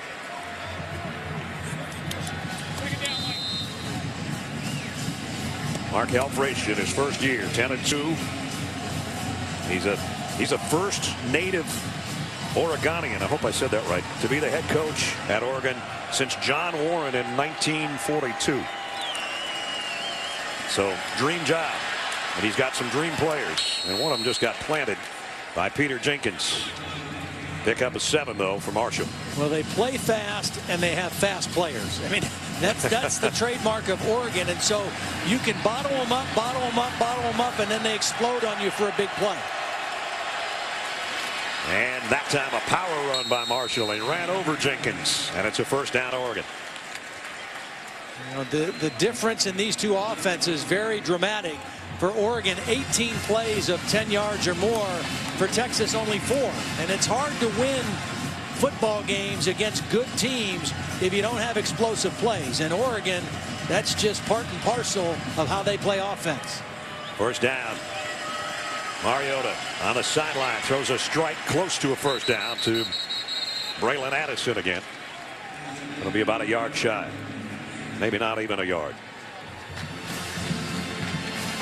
One of the things with this Texas team, they have had a series of injuries. We talked about David Ash. We talked about Jonathan Gray. They've lost their 2 best linebackers earlier in the season, Jordan Hicks and Steve Edmonds. Lost Chris Whaley, the defensive tackle, who had a huge game against Oklahoma. They have really suffered some injuries this year, and some of the effects of that really showing here right now. Mariota on a seam route, complete. And that's Johnny Munt, the freshman tight end, who they think might end up being a star someday. Pick up a 20. Nice job by Mariota, just staying in the pocket, stepping up a little bit, and then finding that seam route. Again, you run vertical routes against zone defense, and you just wait for a receiver to clear defenders. Munt had a big game, had to start a game earlier this year against Tennessee. Colt Laierla was their starting tight end. He was out of action that game. Munt had 5 catches. 121 yards and a couple touchdowns. Yeah.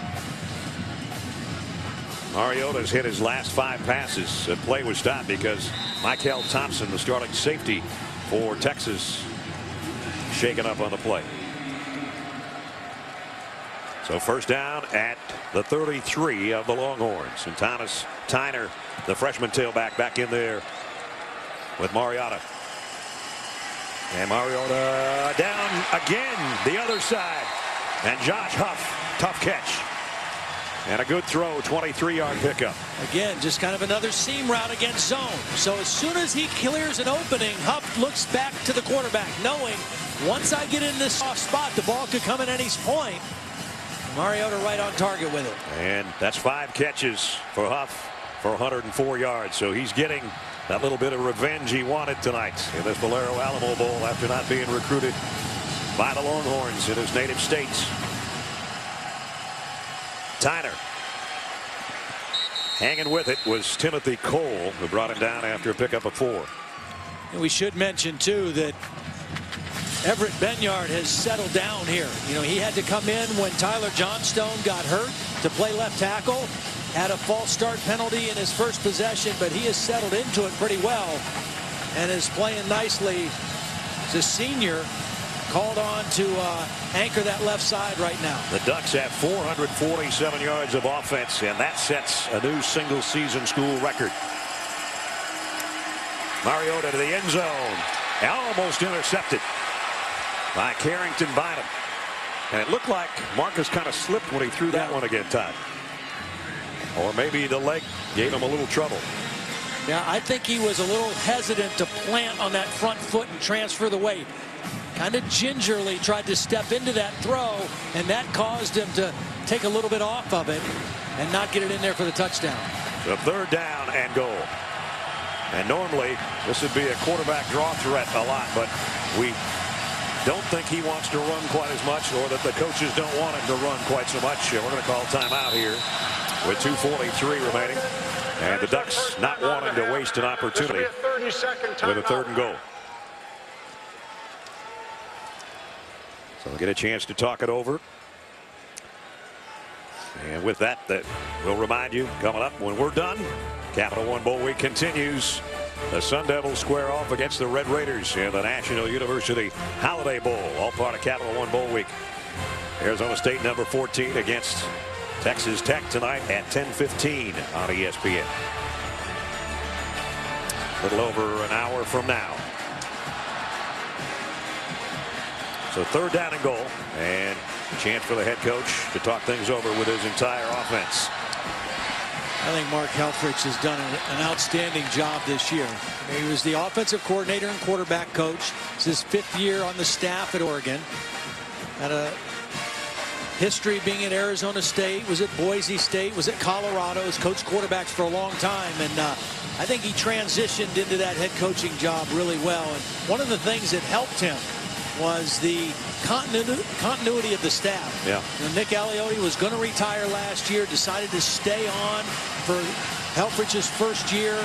Even though Chip Kelly took one of the full-time assistants with him to Philadelphia, everybody else stayed in place, and that helped that transition a lot. And of course, Chip's got his Eagles in the playoffs in the NFL. Mariota, whoa! I don't know if it's going to be a face mask or if he just got the top of his helmet, but he's dropped in the backfield. There's no flag. I don't see one. Surprisingly, there's no flag. They're separating players down there. Again, there's the pump fake. Wow, usually when you see a quarterback's head snap back like that. Cedric Reed, I don't know, I guess maybe he just palmed his helmet like a basketball. I don't know. Everybody in the booth, including Phil Knight, thought it was a penalty, but it wasn't. And so it brings up another field goal opportunity for Matt Logan, who has hit 3 already. This will be a 32-yard attempt by the freshman. He's almost attempted more in this game than the whole season. And this one, no good. And that brings a roar from the Texas faithful. That one couldn't get much closer than it was.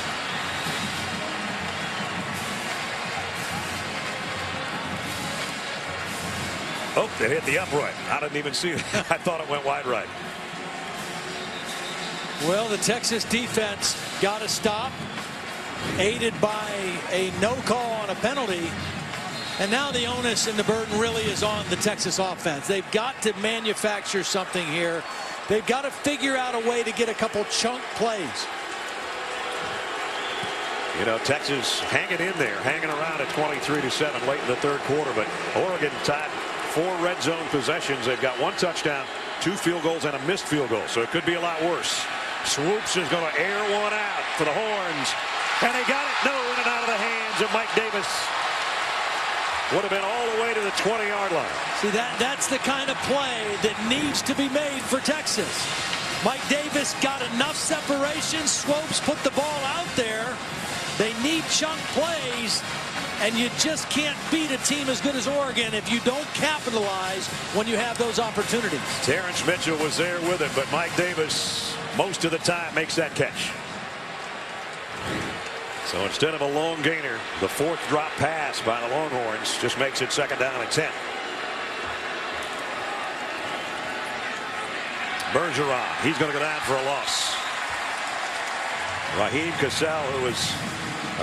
Castle, who was shaken up earlier in the ball game, made the stop from his linebacker spot. And again, Case McCoy on the sideline with Swoops in to take his spot, and Texas without a first down 6 of the 9 times they've had it. And they're facing a 3rd down and long here. Now, the last time Oregon just rushed 3, they played coverage, they confused the young quarterback. Looks like the same kind of thing coming here. And all 3 of them are standing up. That's even more confusing. Who's coming and who's not. Bergeron trying to spin away from the traffic. He got it across the 25, close to the 27, but well short of a first down. So the offense has been number 28 tonight for Texas, and that's about it. And he's not out there right now. Here comes the punting unit. 3rd straight 3 and out.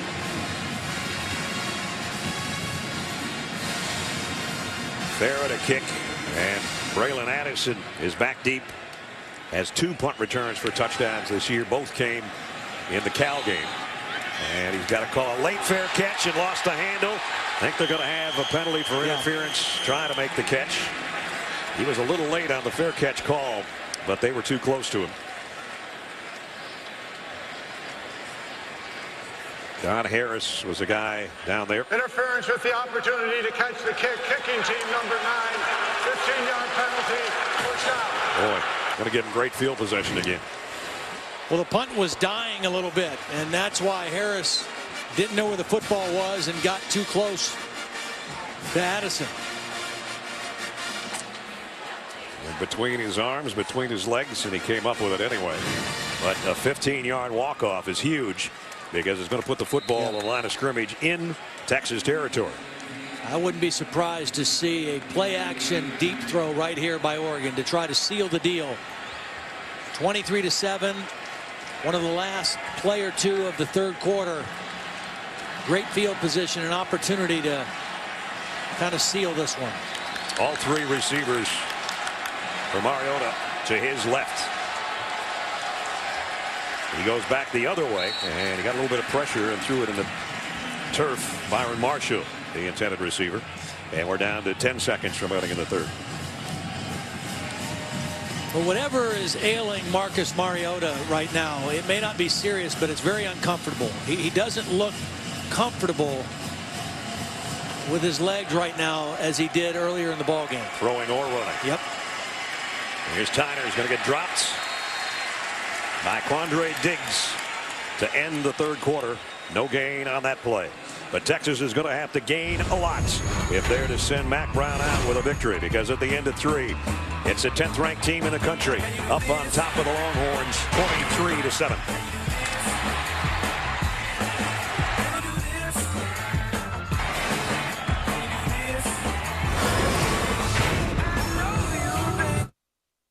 Visit WatchESPN.com or download the Watch ESPN app to watch ESPN live anytime, anywhere. Brought to you by Vizio.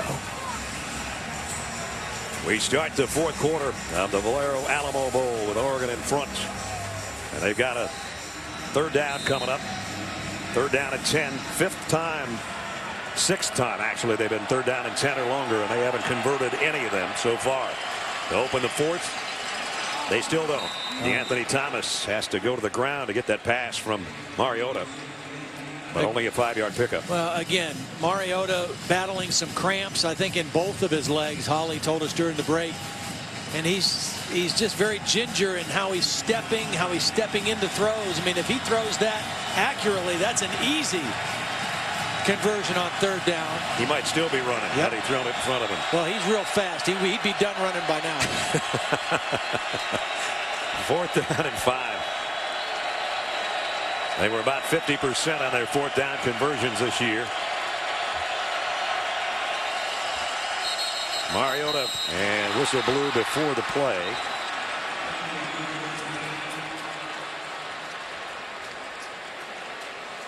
Ball start, offense number 11, 5-yard penalty, second down. Braylon Addison with a false start, the wide receiver. Yeah, they're going to punt now. They've had a few of those tonight. You know, again, the layoff a little bit, maybe a factor. All their penalties have been on their offense. 8 of them. He's had a big night, though. Addison and Huff. From Maldonado to punt. Jackson Shipley now runs up, expecting, I guess, a fake. He's just going to let it go again. This is the second time tonight they don't really have anybody back there. And they're going to down it at about the 2-yard line. Wow, you can't do it any better than that. Well, Texas went for a block, so they brought extra rushers in. That's why they vacated the back end, but you got to get to the football if you're going to do that. And they didn't, and they'll pay the price. They're going to be in a deep hole offensively when we return.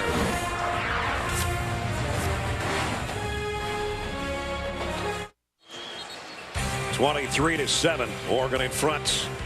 Minute into the fourth quarter. Then some near misses tonight, Todd, for the Texas offense. Well, when you play against a team like this, if you see single coverage and you want to take some shots, you have to take them, and you got to hit a few of them. This time, Tyrone Swoops makes a beautiful throw. It's a first down throw. He puts the ball out there. This was the last possession. Mike Davis, it's a ball that he needs to come down with. It ends up incomplete, and the net result is another 3 and out for the Texas offense. And now they're way backed up in field position. All the offense has been Malcolm Brown from the 3-yard line. Case McCoy back in there, and Brown tripped up, lost yardage. Kaylee Keefe, the senior, made the stop. Well done. Hart does a nice job taking on the double team, and that opens the gate for Kaylee Keefe to get in there and make the play close to the end zone. So they lost a couple. Second down and 12, and this is a dangerous spot for number 6.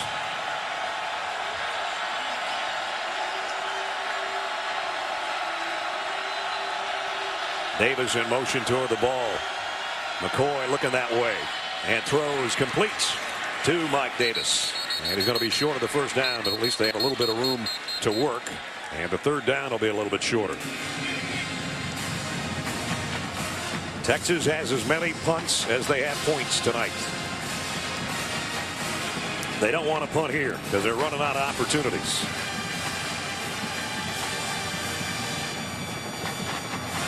They've got De La Torre, the fullback, back in there on this third down and short yardage with Malcolm Brown, the tailback. Again, they move the tight end, and they're going to run the other way, and he got it. Malcolm Brown out to the 15.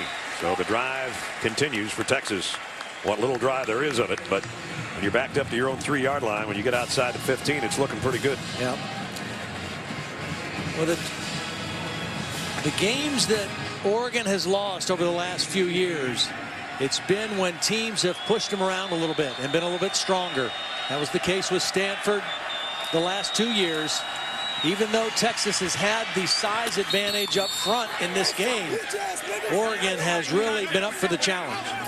Mitchell knocks Brown out of bounds. He did get a couple on the corner over there when it looked like maybe he would lose yardage.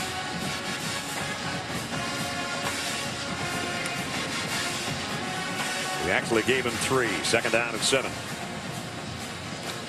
Shipley, Sanders, and Davis all in there as wide receivers. But there have been very few big pass plays tonight at all for the Longhorns and Case McCoy. And they'll keep it on the ground. And that's a tough yard. Hardrick runs into Brown at the line of scrimmage. Got about a yard out of it. And again, it brings up third down. Hardrick and Derek Malone, the 2 inside linebackers, have played well this year for Oregon. They're first-year starters, and they both replaced a pair of guys that were 3-year starters. One of those guys, Kiki Alonso, doing pretty well at the next level. Yeah, I guess. Should be rookie of the year defensively in the NFL, in my opinion. Third down and 6. McCoy, swing pass right on the fingertips. Bergeron trying to bang his way to the first down. He might have made it. Boy, he had to break 2 tackles. And Mark Helfrich says, it's right here, a yard shy. Yeah, the linesman's giving him a little bit more than that, but I don't think enough. Well, he was fighting hard for the yardage, and it looked like he might have stepped out of bounds short of the first down. Well, that's good, tough running with the ball. Kidding. Here's a higher angle. That is really close. It is 4th down and about 2 feet. And Texas down 23-7, going for it.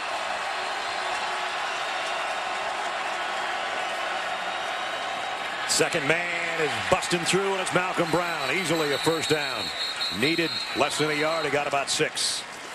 Well, Oregon's content to let him do this. You know, I mean, they don't want to give up free yards, but more than anything, they don't want to give up an easy score or a play over their head. You know, if Texas wants to continue to run the football and get into 4th down situations, the clock, which Oregon normally doesn't worry too much about, is in their favor right now. With 10:44 and ticking. And Texas' longest pass play tonight's been 11 yards. Let's see if they get more than that here. He might not get the pass away. He won't. Joe Walker, the outside linebacker, with a sack. Well, Walker's going to come right through here, and Bergeron's just going to miss him. His eyes go the wrong place. He doesn't see the linebacker. He doesn't end up blocking anybody, and that one should have been picked up by Joe Bergeron, and instead, Walker fights his way through for the sack. The second of the night for the Ducks, and it puts Texas in long yardage again. Second down and 20.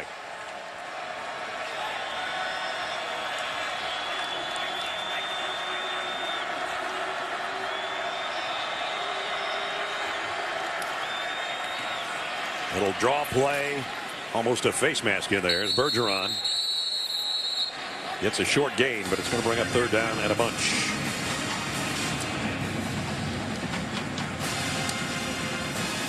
Again, Malcolm Brown can't play every play. He's wanting to come back out there. And Bergeron might be shaken up, and he will come back out. We talked about some teams can get big bunches. Texas has had 9 plays in this drive, Ledge, and they got 24 yards. I mean, those are small increments to get where they are right now at the 27-yard line. Well, that's what I mean. That's why Oregon's saying, go ahead. Yeah. You can keep chipping away at us like that. Yeah, the clock's down to 9:20. We're just not going to give up one over our heads. 3rd down and 15. McCoy moves his tight end. And in the shotgun, trying to throw on 3rd and long. Steps up, zips it down the middle, intercepted, coming the other way again. For the 2nd time tonight, this is Derek Malone. And Malone is going to score. Touchdown, Oregon.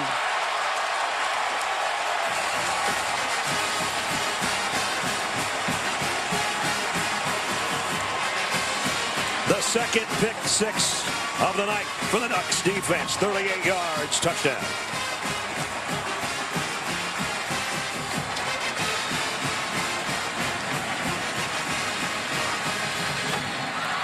And that might have been Texas' last chance. They'll obviously get the ball back, but now they're in a huge dilemma. They'll be down 30-7 after this extra point.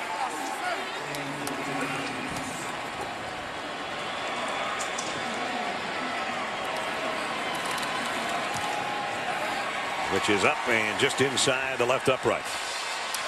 8:55 remaining in the ball game. Derek Malone, the most improved player on the Oregon defense, and an honorable mention, Pac-12 player, his 2nd interception of the year. This one for a touchdown.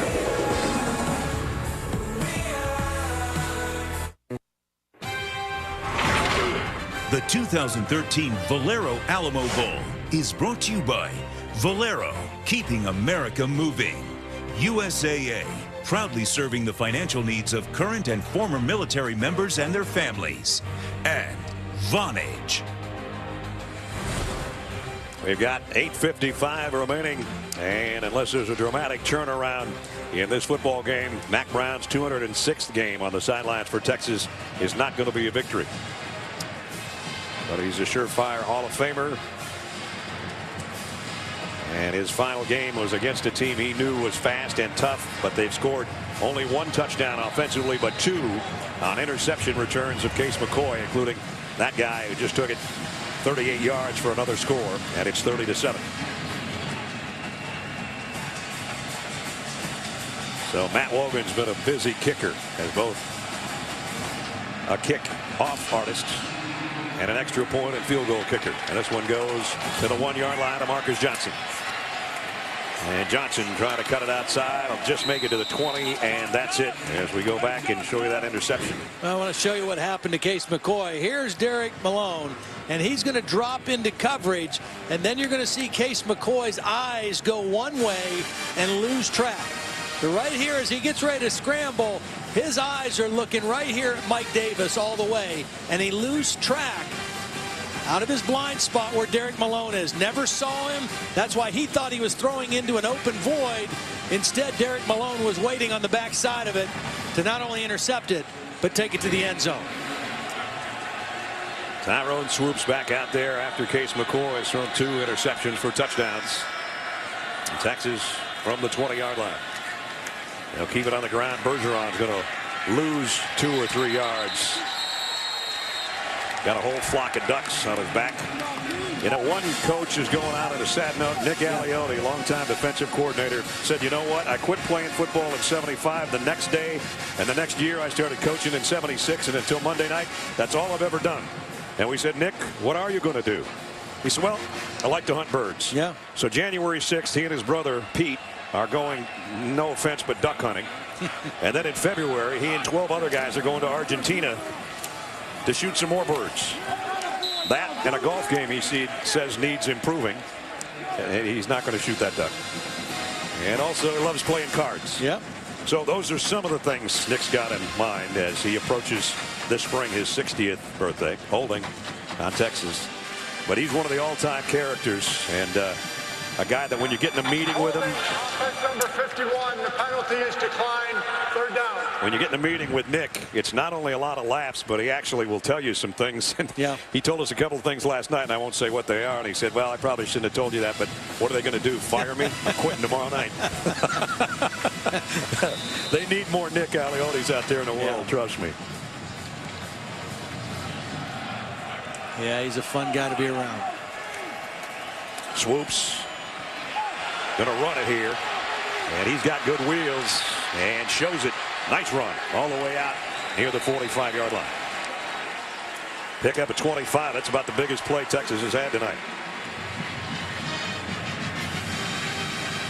But it's too little and too late.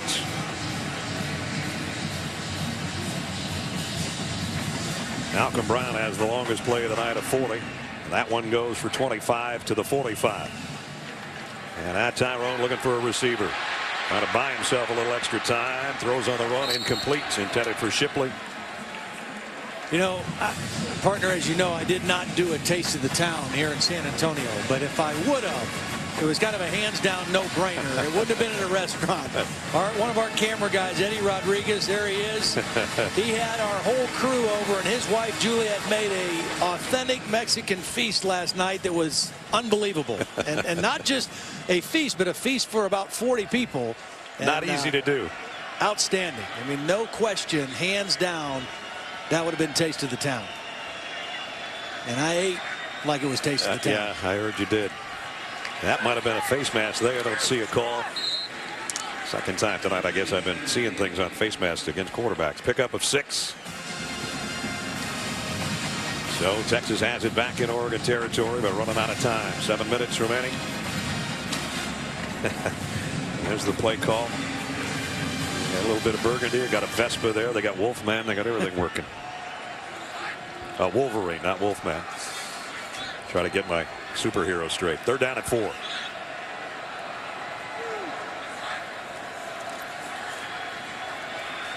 Nice protection, but he threw it too far in front of Bergeron. And it brings up 4th down again.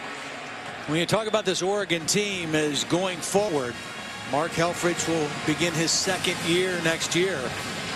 This is a very young football team, particularly offensively. Now they lose some guys in their defense, in their defensive secondary. Of course, Alamo still has a decision to make about the NFL, but really Josh Huff is the only senior on that offense that won't be back. Mariota deciding to come back. Their center, Hronis Grasu, deciding to come back. They're a very young, talented team. Will be right in the mix next year. Swoops with an air ball to Davis, and flags are down. Did he catch it? He did. And a penalty on the aforementioned Alamo. Defensive back is really at a disadvantage when a ball is underthrown. That's why you see so many back shoulder throws. Defense number 14, 15-yard penalty, first down. You're out there on an island with a big receiver, and you're running stride for stride, and you have no idea the ball's underthrown. And when that receiver tries to come back, it's hard to get out of the way. And you saw it was a one-hop between the arms of Davis, who almost made an acrobatic catch, but with the penalty, they've got it at the 34-yard line. So 2 of the bigger plays tonight, a run by Swoops and a pass interference on this drive for Texas. And now Malcolm Brown trying to do his thing, and he's going to be wrapped up at the line of scrimmage. Christian French and Taylor Harder there. And we're down to 6:25 to play. Don't forget Arizona State and Texas Tech follows us from San Diego. Right on cue. Number 14, Arizona State lost the Pac-12 championship on their home field. The only game they lost at home this year to the Stanford Cardinal. It will be in the Granddaddy of all against Michigan State in the Rose Bowl. He swoops, rolling to throw, and now he's going to tuck it and get what he can. And run out of bounds after a short game as we check in with Holly. Well, for Mack Brown, as we've mentioned, this is his last game for Texas, but he is still the president of the AFCA, the American Football Coaches Association, so he will go to their convention and fulfill his duties there. And then he said, I'm going away. He said, I'm not going to be involved in the coaching hire. I'm not going to talk to the new coach. I want him to come in and have a clean slate to figure out the landscape himself like I did and try to heal some of these wounds at Texas. And then he said, my beautiful wife, Sally, she gets to make all the decisions from January for the next 6 months. Yeah, Sally wasn't buying that completely. Third down, throw complete, and really close for Greg Daniels, and he might have the first down.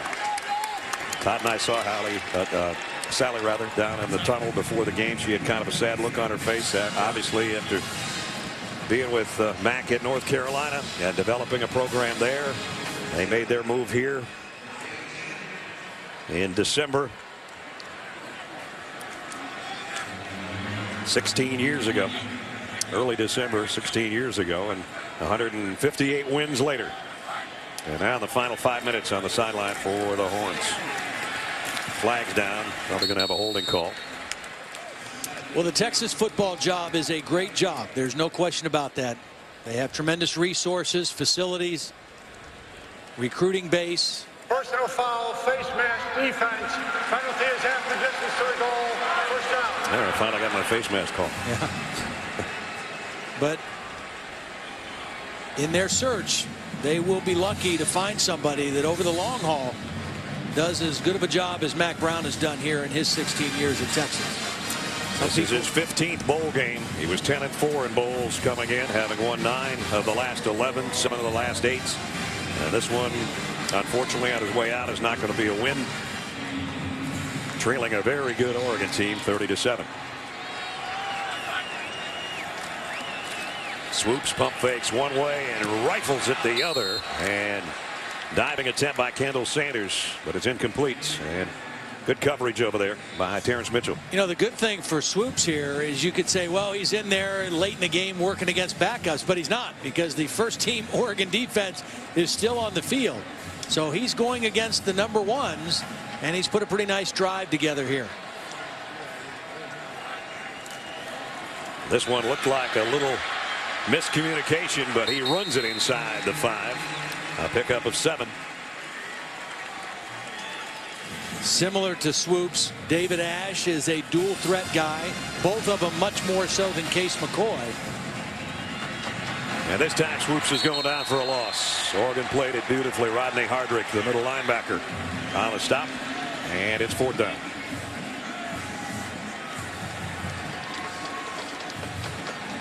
It's funny, you look out there and you see Swoops at 6'4", 245 pounds, and you kind of see Vince Young. Yeah. And then you think back to the Rose Bowl National Championship. Doesn't seem like that long ago that Mac won the national title. And then Colt McCoy for 4 years as a starter. Had a shot at another one against Alabama in 2009. Offense number 76, 5-yard penalty, 4th down. And as we kind of said at the beginning of the game, there have been some misfires, some recruiting things that didn't turn out, that type of thing, and they haven't had a great quarterback since, Colt. And with that, that's how it's a quarterback-driven league even in college now. Well, it's become that. In the NFL. Yeah, it's become that. It's always been that way in the NFL, but it's become that way in college football now, with so much decisions made at the line of scrimmage with no huddle, the ability to be a dual threat guy. It's become a quarterback league. Just look at the Heisman winners over the last several years. Yep. It's not running backs anymore, it's quarterbacks. Might be a last chance here, throwing back across his body, and it's intended for Sanders and incomplete. And the Ducks will take over on downs with 3:23 remaining in a comfortable 30-7 lead. Capital One Bowl Week continues tomorrow. Triple header on ESPN. 12:30 Arizona and Boston College get together in the AdvoCare V100 Bowl. At 4, it's Rice and Mississippi State in the AutoZone Liberty Bowl. And then Chick-fil-A Bowl will kind of ring in the new year, or take out this year anyway, as Duke and Texas A&M get together. Capital One Bowl Week continuing tomorrow. All games on ESPN. An interesting article in the San Antonio paper this morning suggesting that Johnny Manziel said he's nowhere near making a decision about the NFL next year. A lot of people just kind of assuming that's a done deal. There's some Aggie fans holding out hope, I would guess. Ball start, offense number 77, 5-yard penalty, 1st down. Well, if it gets to the point where he's pretty much assured that he'd be a first-round draft choice, most people think that he would go. Yep. And this guy that's wearing number 8 out here tonight, that's soon to be our player of the game, he would have been a high pick too, but he's decided to come back, and that makes Oregon one of the favorites next year for sure, along with guys like Byron Marshall, who just ripped off another 9-yard run. Well, again, he's a highly competitive guy, very humble guy. And so he would never really say how disappointed or upset he might have been by the so-called Heisman snub at the end of the year. But I would believe that would drive him and motivate him very strongly this offseason and into the 2014 season leading this Oregon team. He sure got all the tools, that's for sure. Second down and a yard. He's done running tonight, but his tailback won't be. And Marcus Mariota is our Capital One player of the game. He did it with his legs early and then started ripping some of those laser passes and ended up at this point 18 out of 26, 253 yards and a touchdown, and 133 on 15 carries tonight. So our congratulations to Marcus. And you know, Mark Helfrich is going to be 11-2 in his first season. That's not too bad. Not bad. Chip Kelly went 46-7 his 4 years as head coach, and now has the Eagles in the playoffs. And this guy jumped into that seat. And we said, Todd asked him yesterday, what was the biggest transition? He says, there's just a lot of stuff. A lot more stuff. Yeah. When you're a position coach, it's one thing. When you're a coordinator, it's another thing. When you're a head coach, there's a lot of stuff. And the 40-year-old Oregon native has handled it beautifully and put together a sensational season for this team as they're about to be 11-2. Yeah, I think, again, I mentioned something about the continuity of the Oregon staff. It's very unique in college football because there's several assistants who have been in place through not just 2 head coaches, but 3 head coaches. Gary Campbell, the running back coach, has been at Oregon 31 years. The offensive line coach, Steve Greatwood, 27 years. The strength and conditioning coach, Jim Radcliffe, has been there 29 years. Don Pelham, linebacker coach, 21 years. That's very unusual to see a staff like that. Again, just keeping it on the ground and close to a first down as we're down to the final minutes. Reminder, stay tuned on ESPN3 for the post-game trophy ceremony presented by Capital One immediately following the game. So as a first-year head coach goes out with a win, a guy that's been doing it 29 years will go out with a loss. And Mac told us yesterday, I don't want this to be a funeral or a farewell march.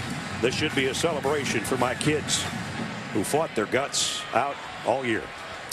And they fought tonight for their coach, but going to come up short. I've known Mac Brown for 30 years. And we go back to when he was at North Carolina, and there were some bad ACC games. And he put together a fine ACC program in North Carolina. And tonight he caps it. So we wish he and Sally and the rest of the Browns the very best in what is next. But he's a Hall of Famer. Just couldn't quite win number 245 tonight. Oregon, too much and too good. And he knows it. And they win it, the Ducks, 30-7 tonight. And there's a little respect. Marcus Mariota for the hug for the coach. And as you can see by the number of cameras, there's a lot of people that think as highly of Mac Brown as Todd and Holly and I do.